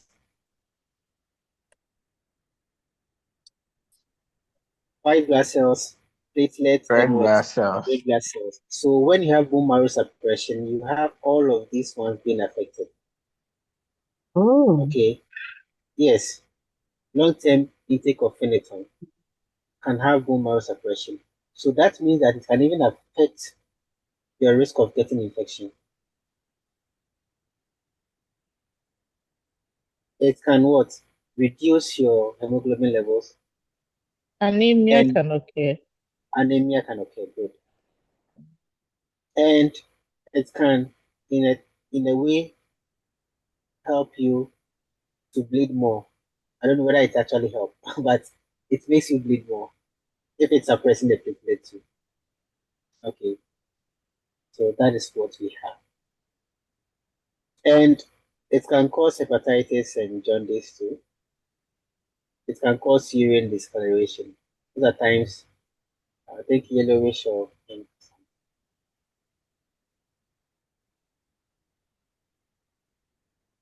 So that is the side effect of the hard antihistamines, right? Okay. And there's something too I read somewhere. I think it's not here. I think I saw a person somewhere. When you are on birth control pills, phenytoin reduces the effectiveness of birth control pills. It's in the U World Book that It's in they the U ask word us there. to print. Oh, good, good. Yes. Okay. So take note of that one, even though it's not included here. But phenytoin, if you are someone who is on birth control pills and you have maybe phenytoin to help with your seizures, you are likely to get pregnant. So take note. Don't say that the pills are ineffective. Something happened. Okay. Yeah. All right. Boss, Can we carry on? boss. Yes. You have a question on that, right? Because Yes, I because have it a shocked you, right? question. Mhm. I saw. I don't know if I can remember what I actually saw, but I learned it's also contraindicated in pregnancy. If you're on phenytoin, like Yeah. yeah, if you are pregnant, you're not supposed to take phenytoin. Yeah. Yeah. I think it increases the birth. I mean, is it birth defects? Yes. Yes. Can cause Yes. birth defects. Birth It's defects. called, Yeah. yes, birth defect. Yeah. Yeah. I've seen that one But to they say somebody. phenobarbital is safe option. Oh, okay. Okay. Good to know. All right. All right. Let's look at this one. So the nursing consideration. You see, because we are saying it suppresses bone marrow. You see what we are monitoring for CBC, liver function, electrolytes. So when they are taking, we have to monitor this one. Okay. Then monitor for drug serum level. Like I said, I explained that one before, between 10 to 20, so that you know if the drug is working or not, or if it's overdose or underdose, so that you can make corrections, right? And even though they are taking the medications, but you have to also institute what seizure precautions. When anyone is on seizure medication, anti-seizure medication, please, when you go to the hospital or you pick up patients and the patient is on any anti-seizure medications, please, seizure precautions should be there. It is irrational to say that the person is already on anti-seizure medication, so you will not put in your seizure precautions. You have to, so padding of the side wheels, lowering of the bed, making your suction equipment ready, oxygen ready, all of those things. We all remember our seizure precautions, right? Yes, you have to make sure they are all in place when someone is on seizure medications. Then phenytoin can also increase your blood glucose level, so you have to monitor that. Right? Watch out for rash, fever, sore throat, and also bruising. Okay, feel the rash because of what? Possible reaction. Remember the Steven Johnson syndrome we talked about.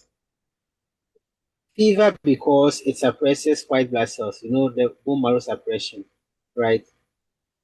And bruising also because of platelet suppression in the bone marrow.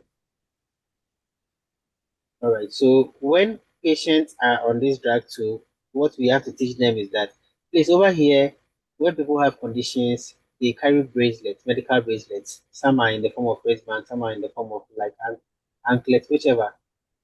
Okay, so that when you see them at odd points in their emergent situation, that's why most of the times when you see people who have blackout or who are in an emergent situation, or when they even come to the emergency, you watch out for maybe you watch out for any bracelet that they carry or any cards or something. That's the first thing you have to look out for, because some people would have bad allergies and they will always carry their allergic medical pants with them or something, or if they have a condition they will carry it with them, so that whenever there's an emergency they can be helped accordingly. Okay, I know some parts of Africa, even when a a wife has a situation, the wife will have to hide it from the husband. And when the husband has a situation, I mean, vice versa, the husband will hide it from the wife. Okay, no one wants to know anyone. And everybody is in the system moving. So, it's very sad. But over here, someone can tell, look, someone can be, it's very, sometimes when you meet situations, someone can, you go to work and someone will tell you that, last year I had my ovaries or my womb, so I can give birth. Someone will just, like in a normal conversation, someone will just tell you, and you'll be like seriously, is this person serious? Why should you yourself, you ask yourself maybe within your mind that why would this person tell me this, like very freely without any like pullbacks or something. Okay, they are very free. You don't hide anything about them. If you're having a frank conversation with them, they spit out things like, yeah. So it's like when they have issues or they have chronic conditions, they carry medical bracelet, and it helps a lot. Okay, let's say when you are blackout and you are allergic to, let's say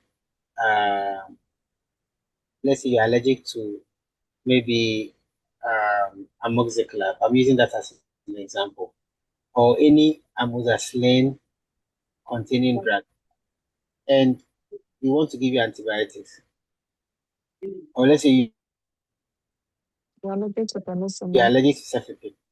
If you don't know and there's no one to confirm, we'll go ahead and give it to you. Okay, and you will react differently, and it will be difficult for us to trace unless maybe you come out of it or someone is able to confirm, or we are able to track, and by that time things would have happened already. So people with conditions, they carry, not only with this one, they carry medical bracelets. Okay, and do not change drug brands. Sometimes the brand also. So when, let's say, you are taking particular brand, this one I think it's self-explanatory. Make sure it's the same brand you are taking. Don't be jumping from brand to brand. Then good oral hygiene. Okay, just to prevent gingival hyperplasia. So oral hygiene is very important when someone is on phenytoin. Okay, please don't forget this. So even if you forget anything, don't forget this. Please. And we are saying urine may turn pink or red brown, okay, which is normal when you are taking phenytoin. So it doesn't mean necessarily your urine color should change, but it can change. And when it changes, it's also normal. Okay, so that's what you are talking about here. Any question on this slide? Please, what about good skincare? Skincare, especially for patients who are immobilized, who are on For this one, it's phenytoin. general. It's not even tied to phenytoin use. Generally, if you are immobilized, or are you talking about special skincare? Skincare is general for Yeah, people who are for people. What? Okay. okay, too early turning, use of zinc oxide, like protective barrier creams. I think this is like it's a general thing. Or you want to link it to something Oh, because of the risk for the Steven Johnson, that's how come I'm asking if because we can stress on skincare. oh no, no. With the Steven It Johnson, that's a very happens. serious adverse effect. Oh. It really happens, and when it happens, we have ways to treat Steven Johnson syndrome. It's a whole condition on its own. Okay. Yes. Any question?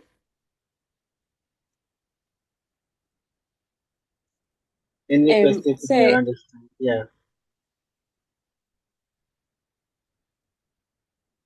hey, we are done with a phenytoin. Yes. You have a question?